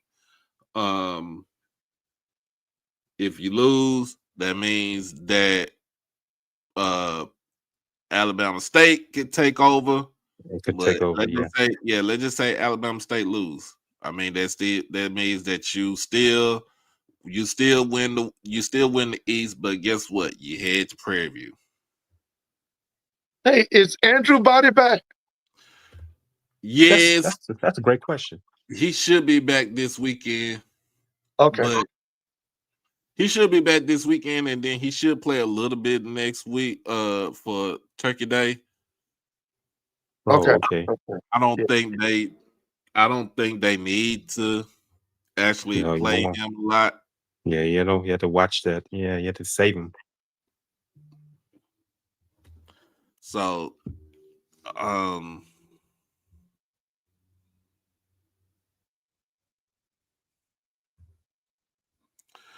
yeah, I think with that it's you win Jackson State, win and you win. That's it. Win and you win the division. You go to the championship game. You host the championship game by the way of overall record, then also FCS rankings. You'll host the championship game. You'll be in Jackson. Okay. So I was wondering how Precinct versus Jackson. I mean, versus what's his name? Tremaine. Mm-hmm. Oh boy. Prairie View ain't got to worry about. Prairie View really ain't got to worry about nothing. They won the West. They won the West. That's it. Yeah, they won the SWAC West. Yeah, they won the SWAC so West. So you said if they win to Saturday, that's 9 wins. That's 9 wins. 9 wins. Okay. Where your boy Lionel at, man? I ain't heard Lionel lately. Lionel been getting at me on Twitter. Lionel been getting at me on Twitter. Hey man, Lionel was talking so much shit during the summer. I started to go buy me some Prairie View merch, bro. But you know what though? He do look like a prophet now. Yeah, man. Lionel was talking, man. Lionel had Timon had left her. I'm listening to Lionel every night. Man, I started to go get me some Prairie View stuff. Yeah, I saw his father at the Grambling games that I attended, and Lionel Mosby Sr., retired police officer here in Monroe, and he's a longtime Grambling supporter. And I told him about how much his son talks on it. He fell out laughing. Yeah, yeah. I didn't I know he be could talk talking that like that. shit, boy. I Yeah, be talking that big boy talk. man, He used to be Lionel can quiet, get when he was Lionel growing up. can get with it though, man. But I ain't gonna lie Yeah, I to you. see. We talked, the first time I met Lionel was this summer, and I remember he and played basketball. He and Lace Darius Dunn were teammates in high school. Yeah, from Baylor. and Yeah. we talked, and like, hey, he really did put his foot out there and say, look, we gonna win the West, but that ain't what they want to win. They just don't want to win the West. And I believe what BJ said, Yeah. BJ Jones said, don't give me a coach. Don't give me a coach that said they just wanted to win the division. No. Because he don't want you nowhere near his program. And I understand that. I understand where he's coming from. Well, who does BJ want for the head coach at Southern? I don't even know. That's something I ain't even ask him. Hey, and that's some Marshall Falk. I'm not gonna take up your broadcast, but Marshall Falk, yeah, he's from New Orleans. Came out of Ninth Ward. Came out of George Washington Carver High School, and Yeah, I met his coach. Marshall Falk when he was in high school at Grambling. His coach was Yeah. named T. Reese. T. Reese brought Yeah, him Wayne and a Reese. boy Yeah, named man. Jones. That boy was a wingback for Grambling. But well, I'm trying to think his name was Jones. Yeah, Wayne Reese. So he passed away Yeah, from that's COVID. right. He was at was it Carver? What school was he coaching Carver, at? George Washington Carver, the Yeah, Rams. because that's where Marshall went, isn't it? Yeah, he went to Carver. Yeah, Yeah. orange and green, just I like met FAMU. him. Yeah. Now Reese was a graduate of Tennessee State. Tennessee I met State, him. yeah. He's married. He married into the Dickie Chase family. As Leah Chase's daughter's husband. Yeah, that's who he married into the Chase family. Yeah. I remember. They called him Tree Reese. Yeah. Yeah. Yeah, Wayne. Yeah. He went to the LA Rams. He played for Big John Merritt. Yeah, he coached at McDonough 35 as That's well. right, That's where he was McDonough coaching until 35. he passed. That's right. He was at McDonough 30. He loved himself some Marshall Falk, man. Oh, Marshall Falk, yeah, came out of Carver. No. I'm not saying he went to Grambling. I met him at a camp at Grambling in the summertime. Marshall Falk was there. So was Steve McNair. Steve McNair and them was from Mount Olive, Mississippi. They came. Yeah, no, he did go to. You're right. He did go to San Diego State. I met him at a camp. State. Yeah, I met him at a camp at Grambling. Yeah, he went to San Diego State. I watched him. I stayed up late and watched the those kid games. that was Marshall Falk's teammate, he went to Grambling. His name was Jones. He was a wingback for Eddie Robertson. I just can't think of his first name. His name Tyrone Jones. I forgot. It was some kind of Jones. He and Marshall Falk were teammates at Carver. Carver, yes, out of Ninth Ward. They had a monster basketball program at Carver. Yeah. Let's see, the MEAC. Yeah. Let's go to the MEAC. Central and Morgan State. This in Baltimore. Central gonna win. Central end up with 8 wins. I think this is one of the more. Yeah. This is in a 3-4 year run. This has been one of the more productive and successful runs for Coach Trey Oliver.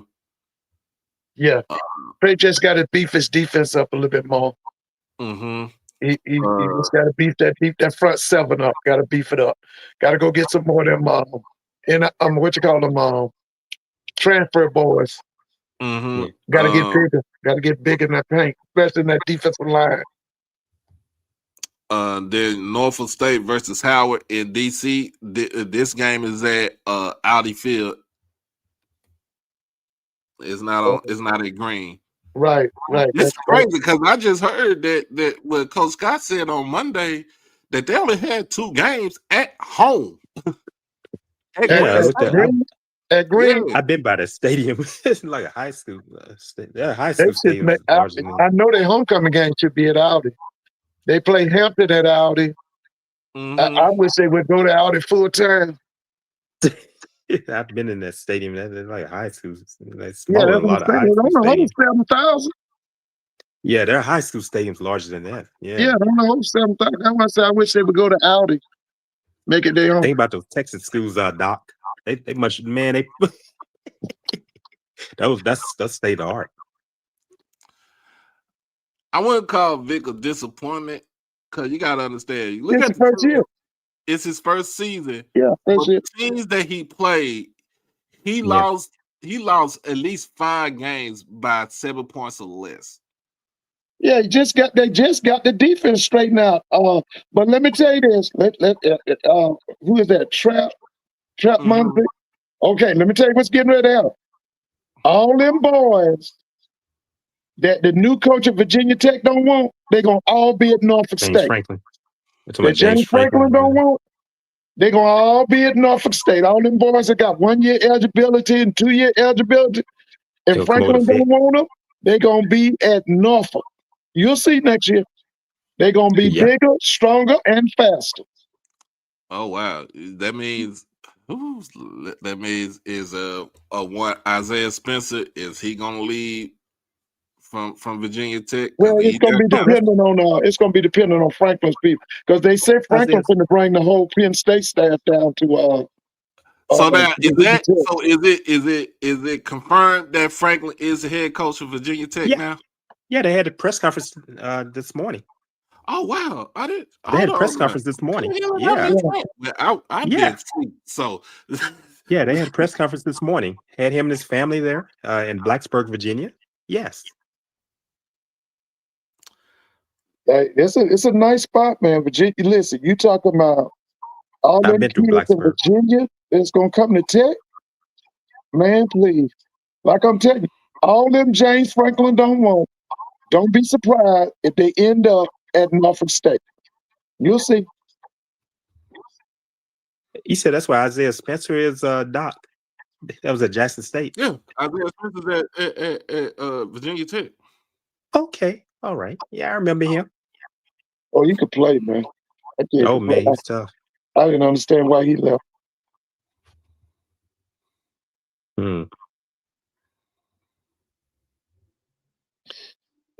Yeah, Franklin is. They had a press conference this morning. They had all the smoke and all when he came into the basketball arena. And his family, his wife. Yeah, they had the smoke going off. And Penn State still got to pay that man. Hey, they said must be the money. Penn State. Yeah. Well, I'm gonna tell you this, with the kind of talent he's going to attract to Virginia Tech, man, this should bring Tech back. Because to be honest with you, man, when it comes to football, the ACC sucks, man. They underachieve. That's a basketball conference. Yeah, basketball conference. Yeah, it's basketball. They underachieve in football. After because Clemson, right now, to be honest with you, they could, if the playoffs start today, the ACC wouldn't even have a representative. Yeah. Except for you're right, Mr. Ford. I think they talking about the Norfolk. Yeah. Georgia Tech wouldn't be a representative. Shit, no. Tech lost at North Carolina State, and they sorry. Yeah, I watched that game and watched them lose that game to North Carolina State. And see, Dave Dorman's on the hot seat. He was on the hot seat, and they may have helped still the front seven. They don't have them pro prospects up there. They got them. To me, they would be MAC conference kind of players. What you call it? G5 kind of players. G5. Yeah, they don't have first round, second round, third round draft choice kind of kids in their front seven. That's what's hurting. That's not an outfit. Now I tell everybody that guy over there at Tech, that Brent Key, he's a hot commodity. That offensive coordinator, Buster Faulkner, they hot commodities, man. See, they are hot commodities, man. Haynes King's father used to coach here in Monroe at Washoe Parish High School. John King, at Lindsay High.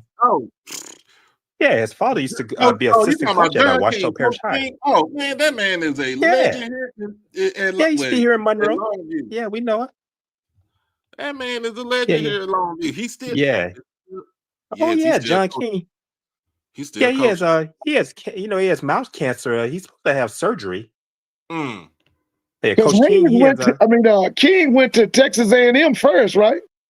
yeah, he was at Texas Yeah, A&M he was at before Texas going Yeah, to A&M Georgia first. Tech. yeah, that's right. And Yeah. then he came because he got Tech rolling, man. That boy, he the truth, I man. remember his dad here in Monroe area when he was at Washita Parish High. He was an assistant football coach at Washita Parish High before going to Longview. Mm-hmm. He been in Yeah. Longview for a long time. Oh, he's been there for years. Yeah. I remember he's here in Monroe. Yeah, he was here in Monroe, Louisiana, and Coach King. He, like I said, he's I think it takes some time. He had to have surgery. He has mouth cancer. I don't know if it's from chewing tobacco. You know, a lot of these coaches going chew tobacco, and these players, you know, they get chewing that tobacco. That stuff works. That's a health hazard. Yes, it is. Oh yeah, Yeah. so Chris, the payout did get reduced. It got reduced to $9 million since Virginia Tech actually went ahead and signed a contract. So, but still, he's still paying. They still paying them $9 million. Hey man, that's nice. I could use that money right now. I mean, he would not have took the Virginia Tech job. Yeah. You would have got $50 million. Listen, man, Franklin gonna be a force in that ACC, man. Yeah, you'll see. That's gonna be interesting. He gonna be a force because he can recruit the whole country, man. Franklin gonna bring them kids down from Pennsylvania. He gonna bring them kids down from within the South. He gonna bring a lot of kids, and then Virginia, you got that Tidewater area, man. Oh listen, man. Virginia Tech's are gonna come back under him. You'll see. They're gonna come back. Go ahead. Yeah, Doc. He says he's ready. He says he's ready for Enter Sandman by Metallica. He says he's ready to hear that in the fall. Oh yeah, well yeah. Hey, I'm gonna be honest with you. He got it. He got the job, but like you said, Mr. Ford, like you said, whoever that he don't want or he send him to the portal, they hit probably end up at Norfolk State like it's forced there. They're gonna bring them. They're gonna go to Norfolk, man. One of the schools, Hampton. You think they're coming to Hampton or one of those kind of schools? They're coming to play for Vic, man. Because see, Vic, like I told everybody this year, Vic was too small on the defensive line. He was too small on the offensive line. I know it's against Towson. More athletic. He's got to be the 6'5", 6'6", 6'7" offensive lineman. He's got to get bigger, stronger, faster on that defensive line. He gonna get them kids from Virginia Tech. You'll see. He gonna get them. Yeah. He gonna get them against Towson. Yeah, they were small when they played Towson in that first game. What he did, he inherited them guys that Dawson Odoms had. That's what he did. Yeah, that's all it was. Yeah. Yeah. But anyway, you just wait. Because see, what Franklin's going to do, Franklin going to tell them kids, you got 1 year eligibility, go on hit the portal. You got 2 years eligibility, but you didn't start, hit the portal. Because now Franklin going after the top kids. Then Franklin going to bring in them kids that's around the country that's already started for people. He going to bring them kids in. Oh, let me tell you something. Now, they got on him real bad this year. But just remember, he won over 100 games. He only lost 50. He knows how to put together a program. His problem was he couldn't beat Ohio State. He couldn't beat Michigan. Couldn't beat Michigan. That was his problem. It was the big games. He couldn't get it going. Yeah. And that's the big game in the Big Ten. You can't beat Michigan. You can't beat Ohio State. And then he lost to Oregon too, right? Yeah. Lost to Oregon. Lost to Oregon. But now, let me say this to you. Remember this. At the beginning of the season, when the NFL did the analysis of that roster at Penn State, they said that Penn State had the roster with the most NFL prospects. So that's telling you what he had now, how he recruits. Mm-hmm. And he finna bring that in that Blacksburg, what they call that thing up there? Blacksburg, Virginia. Blacksburg, Virginia. He finna bring that to Blacksburg now. I bet they're on the way to Baltimore. Yeah. Yeah. Yeah, you think about it. UVA is doing good up there too. Oh yeah, that's Tony Elliott. Tony Elliott. Yeah, Tony Elliott. Yeah. Yeah. I think if I'm not mistaken, Jamari Taylor is their leading rusher. Jamari Taylor. Oh man, he's having a great season. Yeah, I think Chandler Morris just got hurt recently. But that's gonna hurt them because that kid has been leading them. That Mars kid has been leading them. And Bill Belichick should be ashamed of himself. I found out from a lady. She's a professor at the University of North Carolina. She played basketball. She was a legendary. She was a star basketball player at Virginia back in the late 70s, early 80s. And she talked about Bill Belichick. She said Morris wanted to go to North Carolina, but Belichick said that he wasn't NFL material. But Tony Elliott took him. She said Tony Elliott's the kind of person he take guys and he builds them. He cares about the person, not just them being football Tony players. and that boy's daddy were on the staff together at Clemson too. Yeah, she said that. Yeah, she said they won't staff together. Yes. Yeah, they want to staff under Dabo. Yeah, they won't staff at Dabo. Sure were. Chandler, I didn't know Chandler played at Highland Park.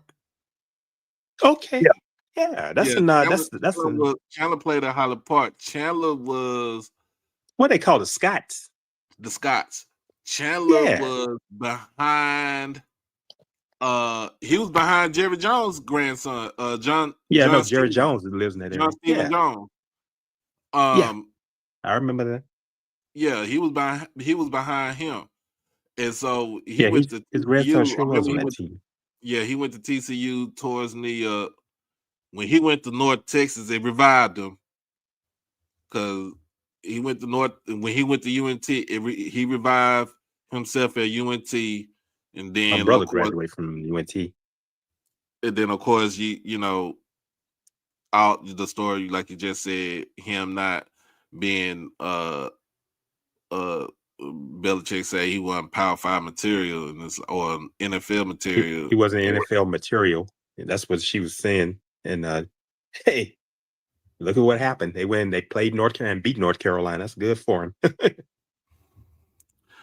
So you look at the ACC. I'm looking at the standings right now. You still so right now, let's just say the season ended right now, it will be Georgia Tech and Virginia playing in the ACC championship game. Yeah. I can see that. So Louisville took a loss to somebody because Louisville was looking good for a minute. Louisville was looking good for a minute. Pitt lost to Clemson. Missed 3 field goals. Yeah. Yeah, Notre Dame beat up Pitt, man. I saw that game Saturday. They beat them up, man.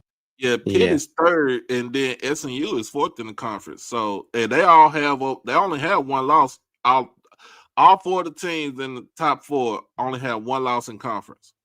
They got to find a coach for FSU too, man. Norvell is out. Oh, Norvell. They got to find a coach for FSU, man. Don't get Troy started. Troy. I know he's a graduate of Florida State. Yeah, they got to find somebody, man. They got to find somebody. That ain't even a sleeping giant, bro.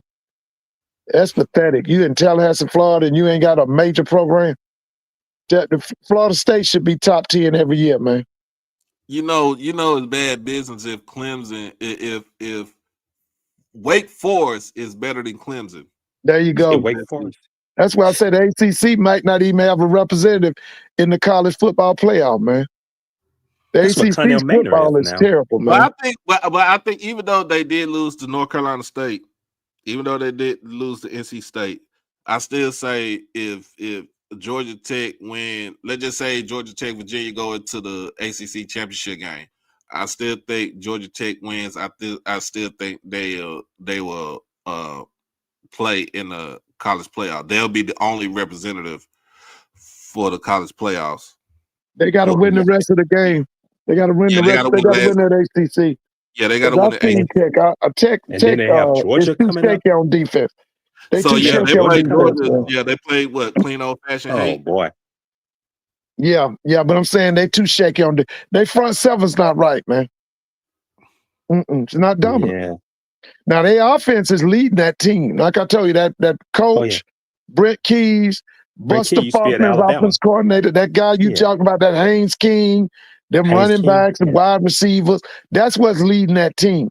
But the thing is, that defense cannot hold people, man. It's not a championship defense. And it's not a championship defense because that front seven isn't right.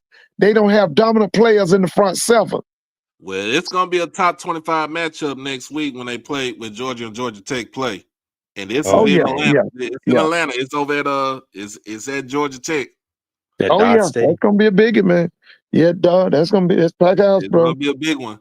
Yeah, so it's gonna be a big game. I mean, it don't mean anything, but at the same time, it's for state. It's state pride. States' rights. Yeah. It's states' rights, states' pride. But at the same bragging time, rights. both Yeah, teams bragging rights. Yeah.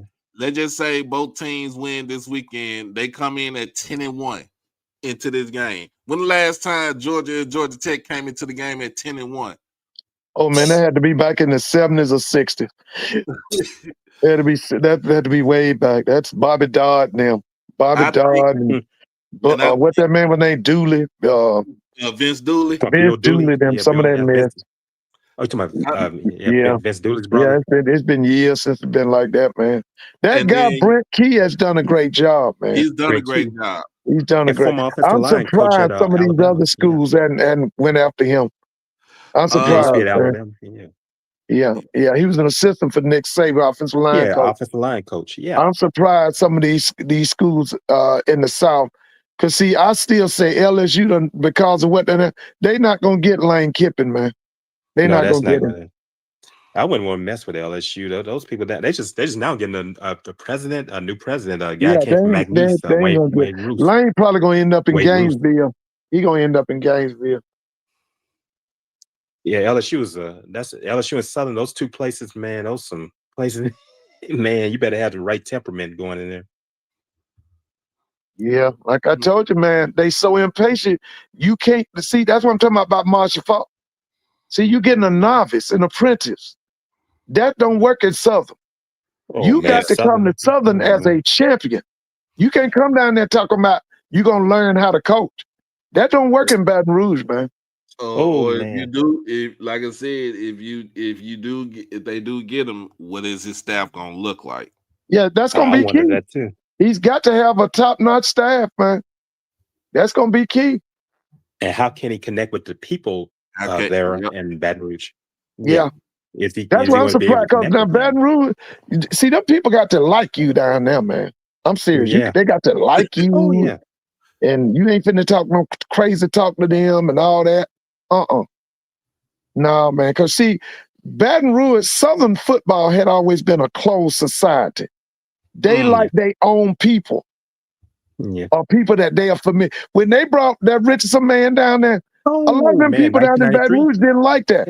Because they didn't know him. They didn't know anything about him. They didn't know him. I remember him. See, that was Dolores Spikes and Marina Cassim did that. Yeah. They the ones did that. Yeah, because I watched him on BET when he was at Winston-Salem State. That's where they brought him from, Winston-Salem. Yeah. That's when I first saw him. When he was coaching at Winston-Salem State and back in the 80s. And then he brought that mixed staff. He brought the defense coordinator was a Korean or Japanese. Oh, yeah. The offense coordinator was a white man. He was Japanese. He was Japanese. Cliff Yoshida. He was totally different. Man, listen, man. I met Coach Yoshida. Yeah, he's passed on. He went to Grambling. He coached at Grambling for a minute. Yeah, he was there with Broadway. I met him, and he passed away a few years ago. Yeah. But like I said, man, this stuff about bringing in a celebrity coach, man, I'm telling you, man, them people in Baton Rouge, you got to come there winning, bro. You got to come there winning. Yeah, Orlando's on that staff. Mark Orlando. Yeah, Mark Orlando. Yeah, Mark has been at. Mark was a Florida State graduate as well. Yeah, he's at Grambling. That's why I met him. Grambling. Yeah. With Roger Fobbs. Yeah. Fred Keiss. Fred Keiss was on that Fred, staff. I'm trying to think. Fred is in at Tennessee State now. Tennessee State. Yeah. Okay, he's back at Tennessee State. He's there with the Cole brothers. He's back now, there. Fred done worked at a million SWAC schools. He's been he was at Alcorn, Bama State, Southern, Morgan State. Yeah. Morgan State, Bowie State. Yeah. He's been all around. Because now he knows the Braxton sister, Tony Braxton, them. He knows them. They went to Bowie State. Yeah. They went to Bowie State. He knows all of them. Okay. Now, hold on. Let me say this. I hope he learned a little bit from Dion, but not a lot, because Dion is this is his second losing season out of 3 years being at Colorado. Oh man.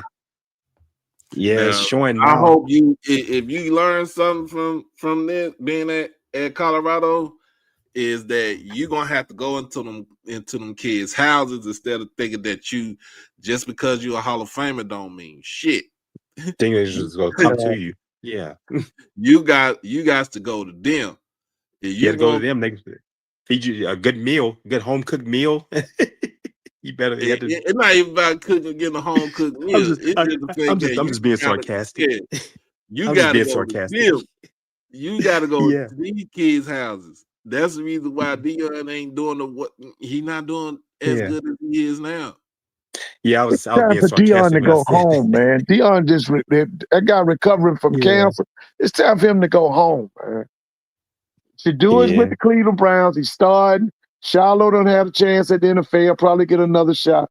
It's time And for his Dion to go home, man. his Go adopted son home. is with the Jaguars. I call him his adopted son, Travis Hunter. Yeah, Yeah, he out he's for the out. season. Travis out for the year. Yeah, he's out for the year, Yeah, man, time for Dion to go home. They'll but he's probably still keep him getting paid. around another year. But it's time for Dion to go home, man. Yeah. But I mean, as far as recruiting goes, you gotta go to them kids' houses. You gotta go speak to the Oh, moms without a and the doubt. daddies and the grannies and the uncles and Yeah, you got to aunties go and talk. stuff like that. You Yeah, he can't. said. Yeah, Yeah, you can't just use Facebook and Mama, IG and stuff grandma, like and that. ain't he? Yeah, you was able to do that during COVID, but Yeah, you can't auntie. do it now. Yeah, You got to get back out there. yeah. Um, Mom, granny, auntie. Yeah. so You know, you Coach know Gordon said that's how he used to get. He said that's how he used to get those players that he got that were being recruited by those big schools. mhm. Coach, because his son, as he said, his funeral, he was talking about that. Robin was telling me, he said he asked his dad, he said, Dad, how did you land that guy? He was a blue chipper. He said, well, son, he said you had to go. He said, while he was talking, what happened? The player was talking to. He said Billy Brewer and Rocky Felker was there. Felker was coaching at Mississippi State, and Brewer was at Ole Miss. He said, well, while he was talking to them, he said you had to go and talk to the mothers and grandmothers, and all. He said that's how you end up winning them over. And he said, I started talking to him, they won them over, and they ended up at Jackson State. Listen, Yeah, what you call him, Rocket Felter, and what the other name? Rocky Felker. Rocky And what the Felker. It other was a name? Mississippi. He's The called one Billy from Ole Brewer. Miss. What's his name? Billy Brewer. He used to be Boy, at them was Louisiana two of Tech the in biggest Southeast rednecks Louisiana. listen, them was two of the biggest rednecks in America. Oh, yeah, I remember that. And they had some and Mississippi State was horrible, and Ole Miss was mediocre. They just make a bowl They were. appearance. Yeah, And them two right there, them was some rednecks right there. Yeah. yeah. He coached at Louisiana Tech, and before Oh, that, they was Southeastern awful. Louisiana and Hammond. Yeah, old Billy Brewer. I remember him. Yeah, man. Yeah. But yeah, you think about it, it's like, yeah, you can't just you just can't continue doing the same thing that you were doing before. You got to change it up. You got to switch it up. Yeah. And they want to. Colorado wants to make money off of them, but that's crazy. Yeah, that's what you They do. do You it, go they and talk to doing it those too. people. Yeah.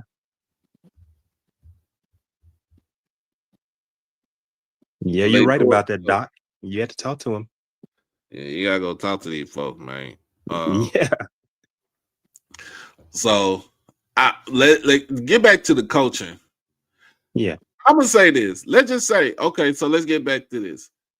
If Kentucky State win on Saturday against Newberry, because they on That's the road, gonna be rough, taking on Newberry. They playing Newberry. Yeah, that's Okay. gonna be rough. It's gonna be a rough game. Yeah, it's gonna be rough. It'd be a very interesting game. They have to come. They will have to start off fast, and they have to get out. They have to start scoring early. Yeah. Let's just say if he get past the first round, how big of a name is Felton Huggins' name in the coaching search? That's a great question. It's kind of like a Midnight Star song. I'm curious, alumnus of Kentucky State like that song. I'm curious. You just asked a great question, Doc. I'm curious how that would look with Felton Huggins. It's just a lot of people have their eyes on him this weekend. like I say, a lot of people gonna be watching, and they've been. When I was down at Columbus to see Albany State and Fort Valley, there were FAMU people there checking Quinn Gray out. Cause see, that thing with him is he ready? Personally, he's better than what they got down there now. That's what I say. I think he's been ready. Yeah, Quinn Gray. but there were people in Columbus from FAMU that they were there checking him out. Okay, and one of the main ones was Vaughn Wilson. But I mean, Vaughn them gonna put it on. It was HBCU game day, but they watching him. Yeah. They trying to see, just like people are gonna be watching that Flowers guy. They trying to see, is he ready to go to FCS?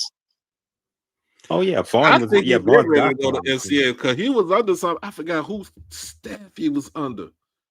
He was under somebody's staff as an offensive coordinator.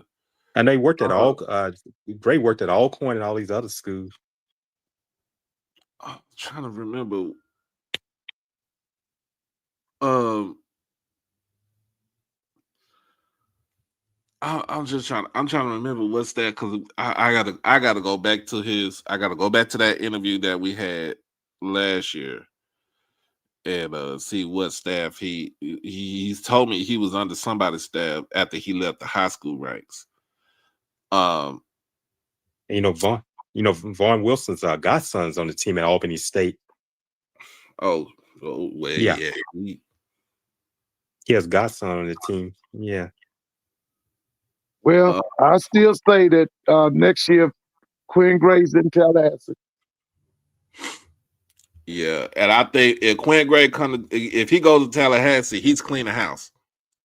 Oh yeah, he's cleaning house. Oh yeah. He might keep Henry Burris as an OC, but I think he's cleaning house. He's gonna. Yeah, I think he is too. I don't think that's even a problem. I think he's definitely gonna bring his own people in. Mm-hmm. I think if Coach Flowers goes somewhere, whoever he goes to, he's cleaning house. Yeah. Maurice Flowers. Yeah. Maurice Flowers. Yeah. I think he's cleaning house. I think anywhere where if Felton Huggins get us somewhere, I think he's cleaning house too. I'll tell you one thing, guys, going to be a hot commodity. If they let that Wilson man go at Morgan, who's going to get that defensive coordinator? Damon Wilson. Anton Sewell. Yeah, who's going to get that guy, man? Because that guy is something else. That guy is a great defense coordinator. Yes, he is, bro. Who's going to get him? Hey, those were some horrible defenses. Might need to talk to him, see if we can bring him on. Hey, but you think Bethune-Cookman want to bring him on? No, they better.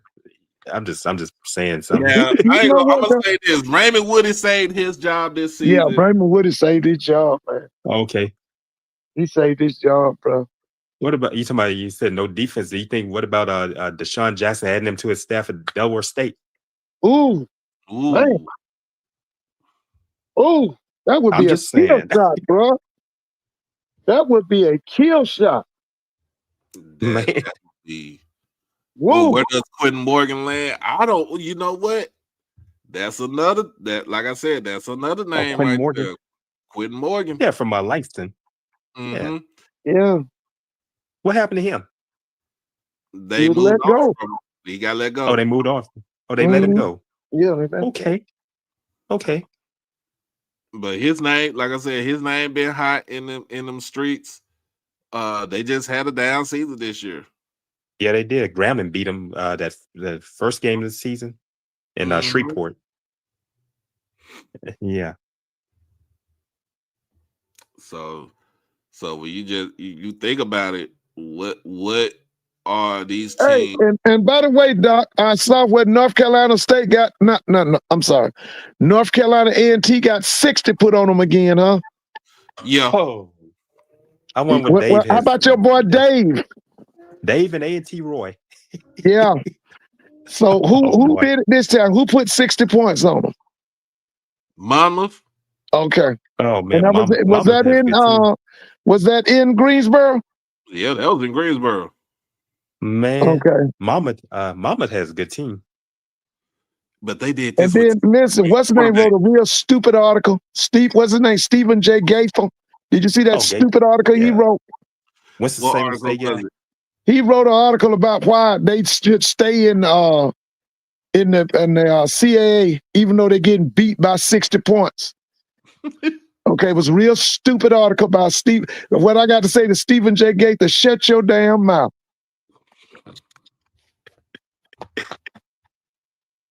If you get a chance, go read that stupid article about Stephen J. Gaither about why A&T should stay in the CAA even though they're getting beat by 60.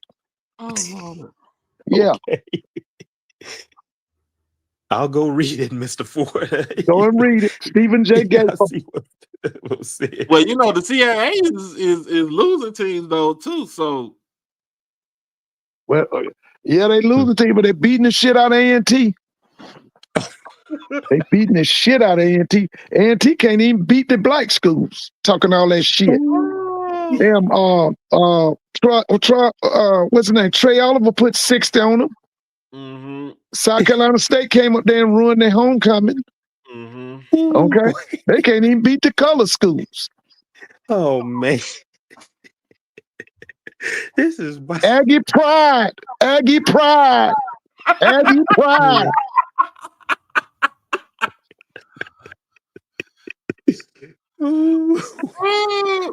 That's not like that. That's not that. They still get beat when they come back to the media. Yeah, they get the shit beat out of them. The last time I went to GHO in 2019 when they were still in the MEAC, and I attended. That's when they beat Howard badly that day, 64-6, and yes, when I went to GHO that year, that was when they said when they were in the MEAC, and that was before the pandemic. You can pray to Yeah, all it changed your after that. gods and all your people. That's when they were rolling. Jermaine It- Martin it's and all still of them were Jackson still there. State by 40. Aggie pride, Aggie pride. And I met some. I have a good relationship with some of those Aggies and the others, but yeah, they're catching it, man. Oh, listen, man, we loaded with them down here in Atlanta. Yeah, I By know the some way, of those alumni. Doc, y'all know that Jesse's in the hospital. Yeah, Jesse Jackson's not doing Jesse well. Jackson's in the hospital. You know, he's an Aggie. Yeah, he's on life support. Yeah. Oh, Yeah. He succumbed to GHO. Yeah, he did. Yeah, that's right. Yeah. he went They to used to be there. A&T, right? Yeah, He played for A&T. Yeah, Okay. he went to there with the Greensboro. Illinois Champaign Urbana first, and then he transferred to A&T because he's from a little town Greenville, outside of South Carolina. Greenville. Yeah, Greenville, South Carolina. Okay. Yeah, he was in school with the Greensboro 4, Doc. Mm, He was there with the Greensboro 4. He was in school with them. okay. Yeah. Well, pull through, Jesse, man. Hey, Yeah. that's He and Andrew Young about the only ones that left from the King, with Martin King's group that were at the Lorraine Motel. He and Andrew Young the only two that are left. oh yeah, and then Al Sharpton is still alive, so Yeah, but the guys that were there on that balcony with Dr. King the when he got guys assassinated. on the balcony. Yeah, Jesse Jackson and Andrew Young, they're the only two left. Yeah. Andy's in his 90s. He's in his 90s. I think Jesse's 84. Yeah, he's along with my father in age. Yeah, he's 2 years 84. old, about 2. Yeah. He's about a year or two older than my father. Yeah.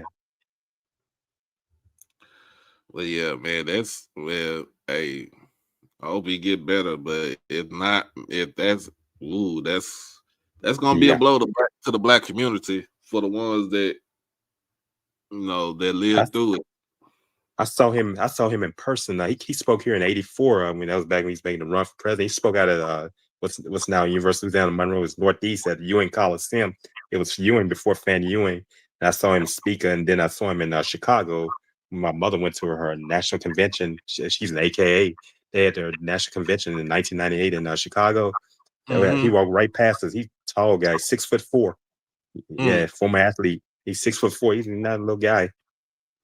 My father and I saw him. He had people around him, and he's tall. Yeah, his high school coach, he was so good in high school. His high school coach envisioned him being an NFL quarterback. This was in the late 50s. Oh So Yeah, that's wow. why they he's a sent him to that quarterback. white school. They sent him to Champaign-Urbana, Champaign, Illinois, and then he transferred Illinois. to A&T. Yeah. Yeah, because they said them folks sent him back because just like them white girls.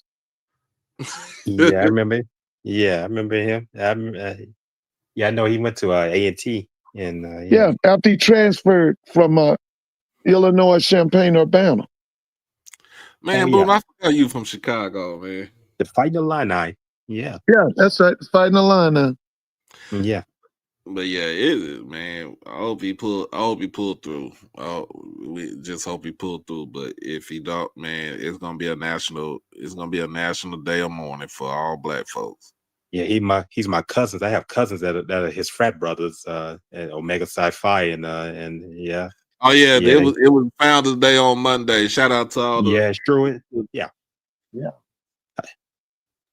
shout out to yeah, I have the cousins. men to the men on Yeah, Omega Sci-Fi. yeah. It was that Founders Day yesterday. I saw a lot of guys posting on Facebook, and they had their paraphernalia on. Yeah.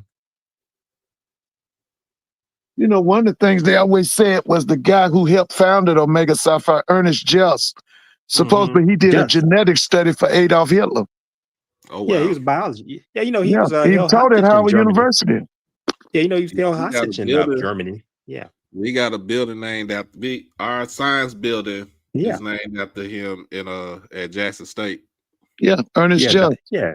He was a Dr. Ernest biologist. Just. Yeah, he was from Orangeburg. From Orangeburg, South Carolina, I believe. Oh, he's from Orangeburg? Yeah, that's where he finished school I think it was South Carolina, around South Carolina State School. It was school in South Carolina State's campus where he finished. If I'm Yeah, staying he's supposed to been a correct. brilliant guy. Yeah, Yeah, Ernest he was Just. this Yeah. guy was Yeah, yeah, they he was, we'd have to do but they claim he did a genetic study for Adolf Hitler. yeah, he was held hostage by the Nazis in Yeah, in that's right. Germany. Yeah. And I think his wife's father spoke German. That's what helped him out, got him out of there. And he died not long after that. So he was married to a German woman? Yeah, he must have been married to a German woman, because I think his father-in-law spoke German, and that's what helped get him out of there. And he was held hostage by the German, by the Nazis. Yeah, and because he passed away back in the early 40s, 1941, if I stand correct. That's crazy. Yeah, he was a biologist. Yeah, that's right. He's supposed to have been a brilliant guy. Oh yes. But yeah. So we got it's put up and shut up. It's win and you in, and it's the battle for the MEAC all this weekend. Yes, it is, baby. You know, it's in Dover. That's going to determine who comes to the Celebration Bowl. Yes, it is. Yeah, that's a big game. It'll be very interesting because we always hear about is either South Carolina State or it's North Carolina Central, right? Or Howard with the one time, but to get Delaware State to the Celebration Bowl is going to be very, very interesting. That's going to be interesting. Yes, it is. But whoever come out of the SWAC, either whoever. We win the game on Saturday, Jackson. We go to the SWAC championship game. What's the date of the SWAC championship game? December the 6th. Okay. Because I'm trying to get down to the game this weekend for the Slawcorn game, but the way my money is talking, the way my money is talking, I don't think I'll be able to go. So I'll probably wait for the championship game. Well, let me ask y'all something. Do y'all actually think that game gonna be close? Because I don't. Do y'all think that game between Jackson and Slawcorn gonna be close? You talking about Jackson and Slawcorn? You don't. Yeah, you think that's gonna be a close game? They're gonna be close. It's not gonna. That's be close. what I ain't thinking. I don't think it's gonna be close either. Yeah, it Mr. wasn't Ford. close last season. It was We beat them by 38 last season. And it could be worse this year. Yeah, sometimes these games, and what you all saying, I think you're right. But think about it, sometimes that adrenaline flow, you don't know what's going to occur. Things Oh, yeah, it's a happening. rivalry. I mean, this family against family. Yeah, I just don't. yeah. Look at that I don't see this adrenaline. game being no close. Just like the Bayou Classic, that's an adrenaline. Yeah, especially if Jacoby and Morgan comes back Saturday. Yeah, he's supposed to be back, isn't he? Mm-hmm. Yeah. Especially he come back Saturday. You might well just hang it up. That's what I was about to ask if Morgan is coming back. Yeah, if he come back Saturday, y'all just hang it up. They not rushing him back. He been out for. Yeah, he's been since Las Vegas. Yeah, since Las Vegas, that's a month. Yeah, he and T-Set got hurt, and yeah. Yeah, I was wondering about that, and yeah, because Morgan, because he got hurt in that Southern Miss game. He got hurt twice. Yeah, but he still stayed up in there. Yeah. But yeah, when you look at it, man, look, if Jacoby and Morgan come back Saturday, and with that running game, he really ain't got to do too much. Right. You don't have to do a running a lot. game. The running game can take care of itself. I mean, so let me ask you this question, Doc. Let me ask you this question. The Miller kid, the running back for Jackson, is he the best back in the SWAC? That's Aubrey Miller's brother. Yeah. Is he the best back in the SWAC? Is he the best back in the SWAC? Yeah, is he the best running back in the SWAC? Number wise, yes. I'll be honest with you. I think the best back in the SWAC. If he had more playing time, I'm gonna be honest with you. I'll be real with you. Chase Bingham is like Chase Bingham for Prairie View. He like that. Reggie Davis for Alcorn. He like that. I watched those guys this past Saturday. At Alcorn. Yeah. If he had more touches and more yards in the game, Jamari Holtzclaw is like that too.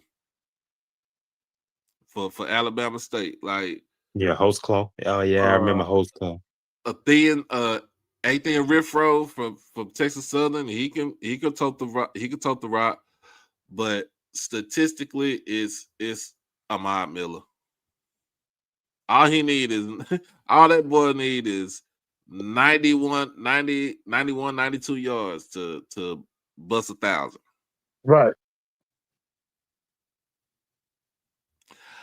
Is Trey Holly out of as Southern after this season? Yes, he is. I think he is. No, if you get the Marshall Falk kid, he ain't going.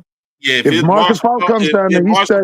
Get hired there, he's staying. He'll stay. For Falk. Yeah, because they play the same position, and Marshall gonna get him ready for the league. Because he's definitely listen. He's an NFL caliber kid, man. Oh man, Holly, I remember from high school. He's in Farmville, Louisiana. That's what I said. If they get Marshall Falk, no, he ain't going nowhere. And then let's say like, let's say it like this: if Jacoby played the first half, let's just see how the game goes on Saturday. If it's a blowout, Jacoby ain't even staying in that game. He get ready for the SWAC championship game. Yeah. Oh yeah.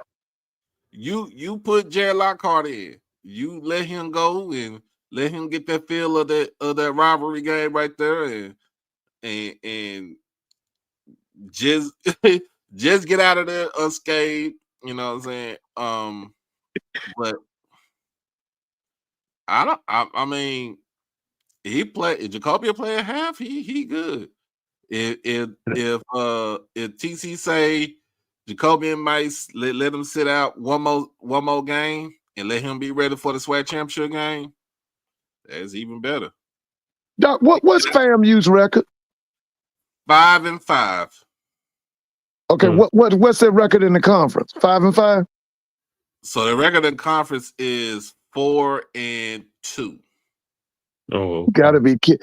FAMU's record in the conference is 4-2. Yep. Damn. Oh, man. Hey, you never thought you'd be talking about running backs this much, in this day in football. You think about quarterbacks and receivers now, and here we are talking about the running backs, and it shows you how important the running game still is. Yeah, you have to have that running game as well. Mm-hmm. Yeah.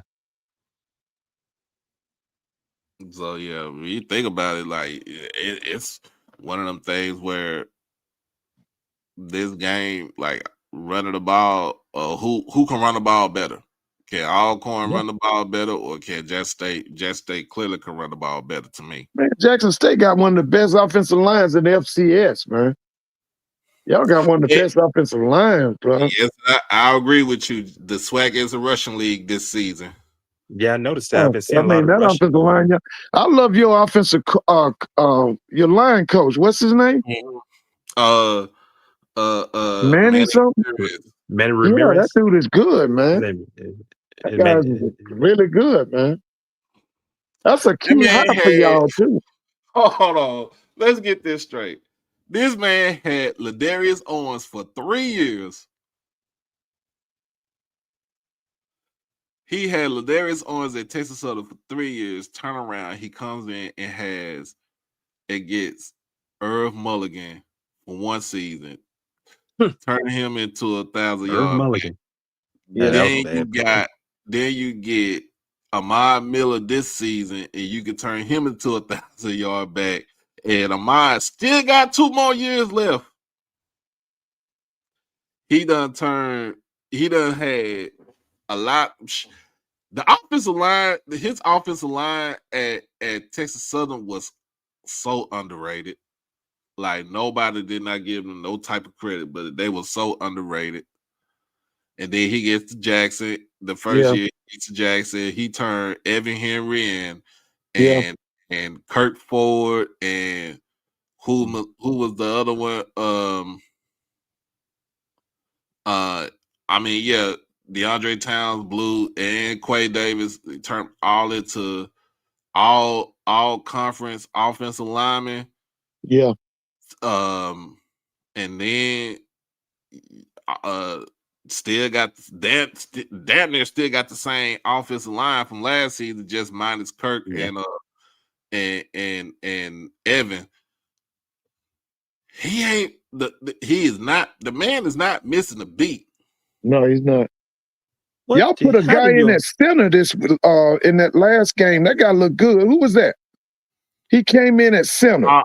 Almitri Smith. Yeah. What was that number? 62.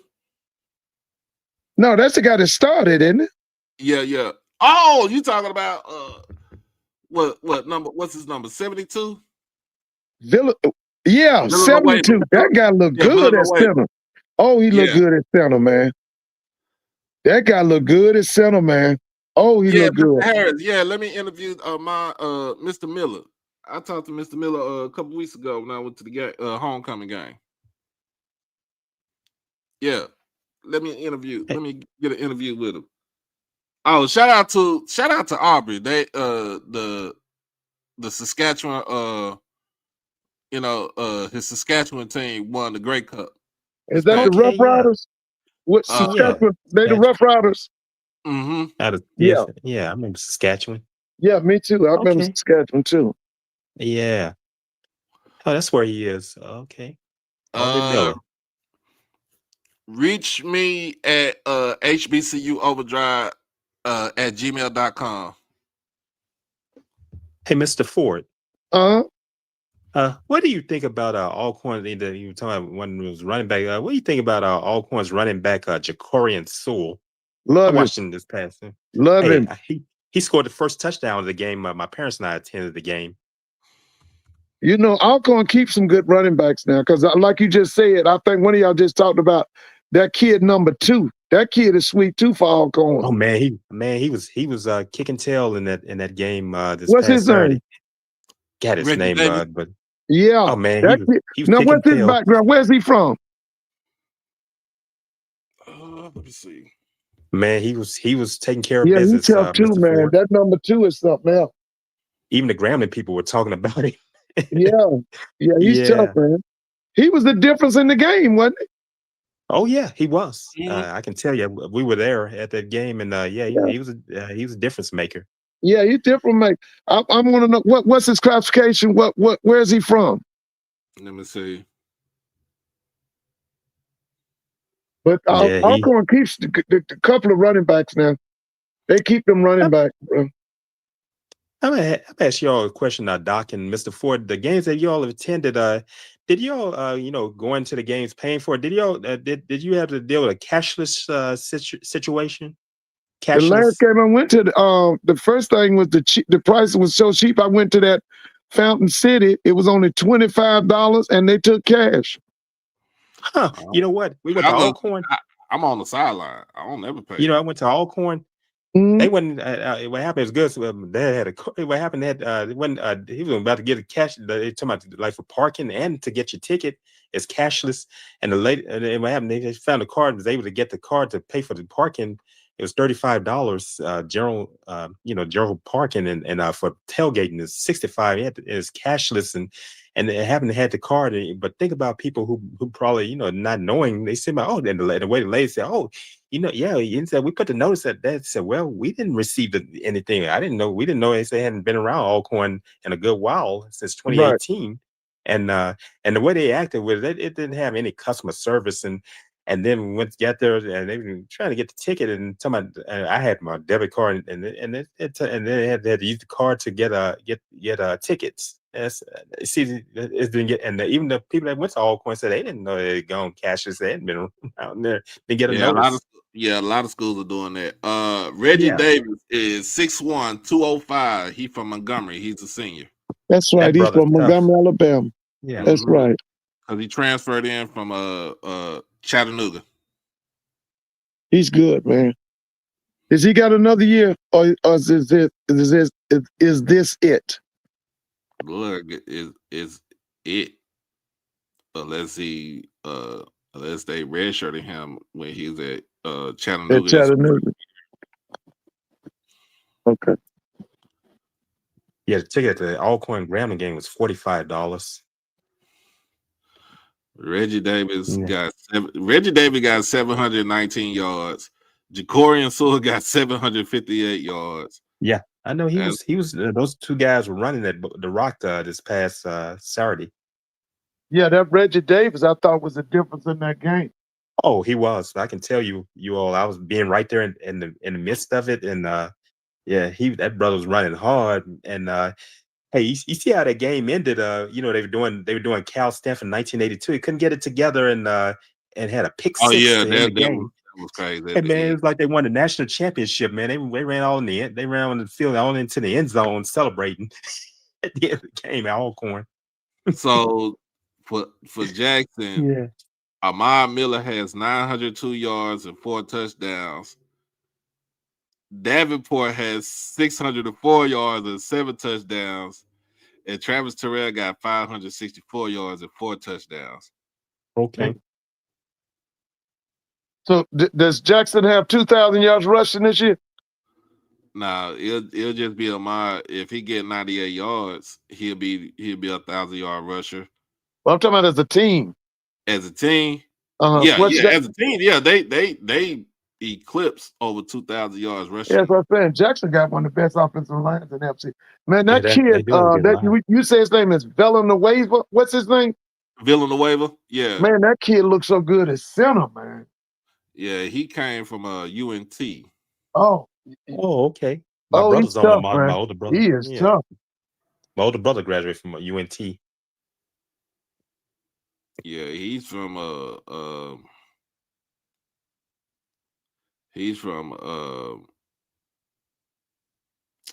Houston, I think. Yeah, with the Katy. Oh, yeah. Oh, Katy, man, Katy, Oh, that's yeah. a powerhouse Katy, football big-time program. yeah. Oh, yeah. That's big time program.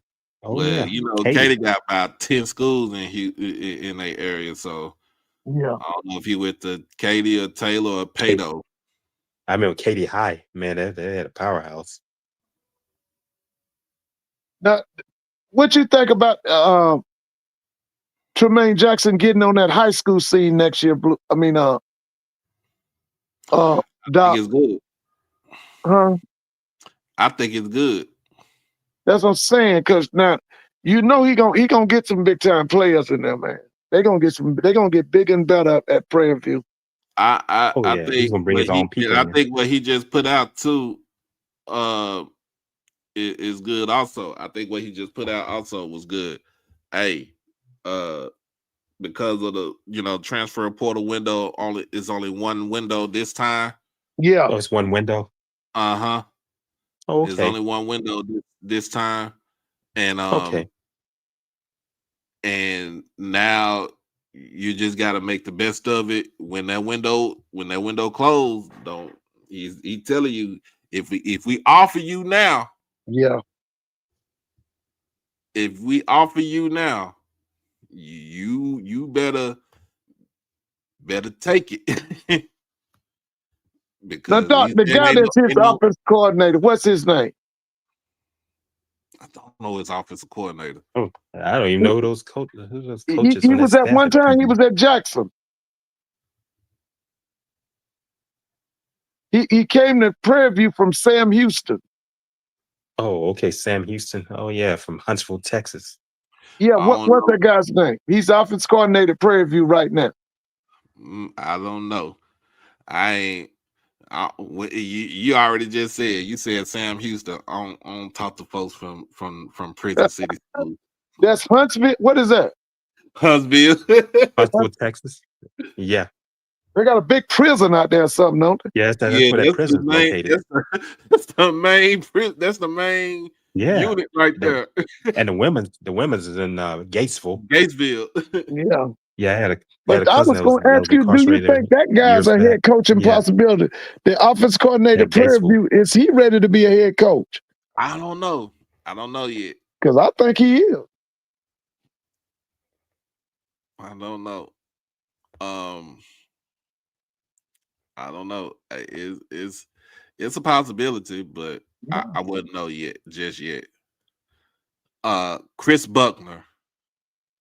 Yeah, Oh, okay. that's the offense coordinator at Prairie View, right? Mm-hmm. I think that guy's ready to be a head coach too, man. I didn't know who was on his staff. You know, they talked to him so much. I didn't know who was on his staff. Yeah, that guy He doing goes good viral stuff. so much. Man, they've been bombing people out here. I told you, one of them games, that Cam Peterson kid almost threw for 500 yards. Yeah. And it's a dude that came from North Crowley. He was the offensive coordinator. Oh, I remember North Crowley. Out of Fort Worth, isn't it? Yeah, that's Fort Worth. His Yeah. I know his name is Eli. I know but he went down to Hutto out of the Austin area as a head coach. But he had one of the more prolific offenses in the state in high school football. What's his name? I forgot his last name. His first name is Eli. I forgot his last name because they did a whole piece on him last year, right before the state championship game. Oh yeah, North Crowley. Yeah. Mm-hmm. And North Crowley is rolling, South Lake Carroll is rolling. South Lake Carroll. I remember that program. I remember Todd Dodge was coaching there. Now I see his son is coaching. Son coaching Riley is coaching now. I remember I'm at father-son championship game. Did y'all When they played notice that HBCU did all them games? Charlie Neal wasn't on none of them telecasts. Did y'all notice that? Yeah, I noticed that too. Yeah, I know what it was happened on to Saturday. Yeah. Has he Is he retired or ill? what? I don't know if he retired, but I just know he wasn't on. He wasn't on none of the telecasts. Yeah, I didn't see him on there. I was wondering if he's ill. He's in his 80s, I know, right? Yeah, I know he's in his early 80s. I was just wondering about old Charlie. Man, I grew up listening to Charlie Neal, man. Him and a guy named Lem Barney. Lem Barney. Oh yeah, I Lem watched those Barney, guys man. growing up in. Me too, man. I listened to them guys for years. Yeah, I wonder what happened to Charlie Neal. He's one of my Facebook friends. I hadn't seen him, and I hope he's okay. Yeah, I just noticed that they had other people doing the play-by-play. I didn't see them on And I've any of met the him. HBCU broadcasts. I've met him. Yeah. I've met Charlie Neal. Yeah, Yeah. I have too. I met him too. Yeah. He went to I Villanova. met Charlie Neal at Media Day the last couple of years, and I meant to talk to him. Hey, I've talked to him after the game. One of the games he did at Grambling, and nice guy. And Yeah. I remember when he used to work for TNT. Remember they picked between him and Craig. To my Craig Sager. Died. Craig Sager, right? It came Yeah, down to them two, and they picked Craig over him. With those wild suits on. Yeah, Craig died of cancer, I think. He died of cancer. Yeah. Yeah. Used to be the sideline reporting. Yeah. The NBA was on see, Charlie Neal used to do NBA. I think he was TNT or somebody. Yeah, I know he was. I know after BT, he was going. He was doing ESPN games. He sure was. I remember that. Yeah, that was back in the 80s, right? HBCU game in the 90s. He was doing he's doing ESPN U games. After BT, I think it was the early 2000s. After when BT ended doing sports in the early 2000s. Yeah, I think it was mid 2000, I think. Yeah. Well, shoot, I'm looking at the time. Well, everybody, we could continue this conversation on Friday night, but the brother got to go to work tonight. Understandable, man. You have to pay the bill. And I have a doctor's appointment tomorrow. I to get myself ready. Oh yeah. Yeah, I know Jackson State playing Auburn right now, and I know we were down like about 20 in the game. Ooh. Yeah, I had to come on and talk to you all. That's kind of a relief for me. Being at work and all, it takes the stress off. And talking to you and Mr. Ford. Oh yeah, it's easy. Well, we got D2 chat. We got D2 playoffs this weekend. We got the Soul Bowl / Capital City Classic Saturday. We got the MEAC championship game Saturday afternoon. Yeah, you got a lot of things going on. Oh yeah, Mr. Ford. Mr. Ford, how was the attendance at the Fort Valley State Albany State game? Well, it was the thing was that the NCAA gave them credit for 40,000, and that stadium it holds about 23,000, but the attendance read 40,000. I don't know if they charge people out in the parking lot or what, but they had 40,000 for the game. But that stadium only holds about 23,000. Oh, okay. That's in Columbus, Georgia. Yeah, Fountain City. It's a really big class. I'm torn about it because I still think they need to go back home and home because that's too much money to be issued out by that bank to them. They need to have that money. With this economy we in, that game needs to go back to Albany and to Fort Valley. And the way you're talking about it make me want to attend that game one day. Man. Oh, Columbus is big enough. I mean, it's still, everybody, you can see everybody. It's a really nice classic, man. Yeah, Columbus. My neighbor lived in Columbus. She's it's Columbus, Georgia, then it's Phoenix City, Alabama. Phoenix City, Alabama. So it's like where Georgia and Alabama comes together. Oh, it's on the border. Right, it's on the border. Okay. And there's a lot of people in that Columbus, Phoenix City area. My father, they played in Phoenix City, Alabama back in the 60s. He was gigging. I think he's playing with Lil Milton. He was touring with him, and he played in Phoenix City, Alabama. And they say he had a known DJ there called Hound Dog, and he was talking about him. He said he was a character too in that was back in the 60s. Yeah, they it's a nice classic, man. Like I told you, man, I just feel like Auburn State's got to get another coach, man, because I think Quinn Gray ends up in Tallahassee. You think he's going to end up at FAMU? He gonna be back at his alma mater? FAMU, man. Oh yeah. Well, y'all, we'll continue this on Friday. Let's see if I'll be here Friday. So if not, I'll be if I'm not on live Friday, that means that I made my way to Jackson. If I'm on live on Friday, that means that I stayed at home and we're gonna enjoy the whole game this weekend. Yeah. If you take to the road, man, be safe out there, Doc. Oh yeah. I more likely I'll probably do the SWAT championship game because I think Yeah, that's me and my mom. We can roll out there Yeah. together. it Yeah. might turn out to be a classic, man. Oh yeah. Oh yeah. That could be a classic.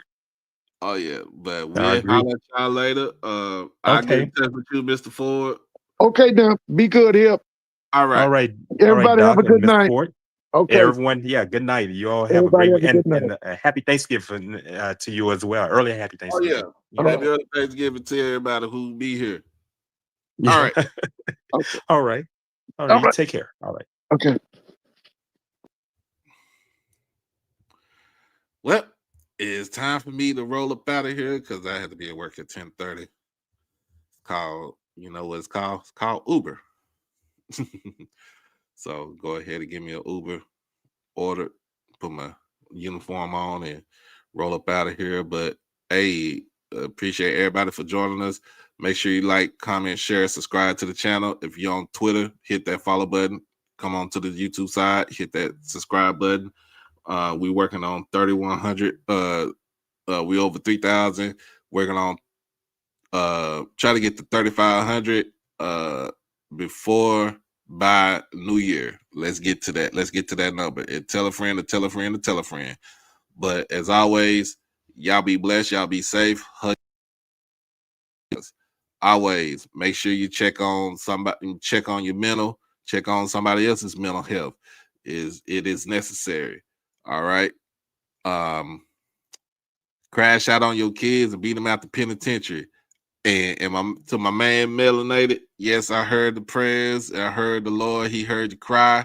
But guess what? Y'all gonna be crying on Saturday after Jackson State win against Alcorn. But as always, y'all be easy out there. Peace.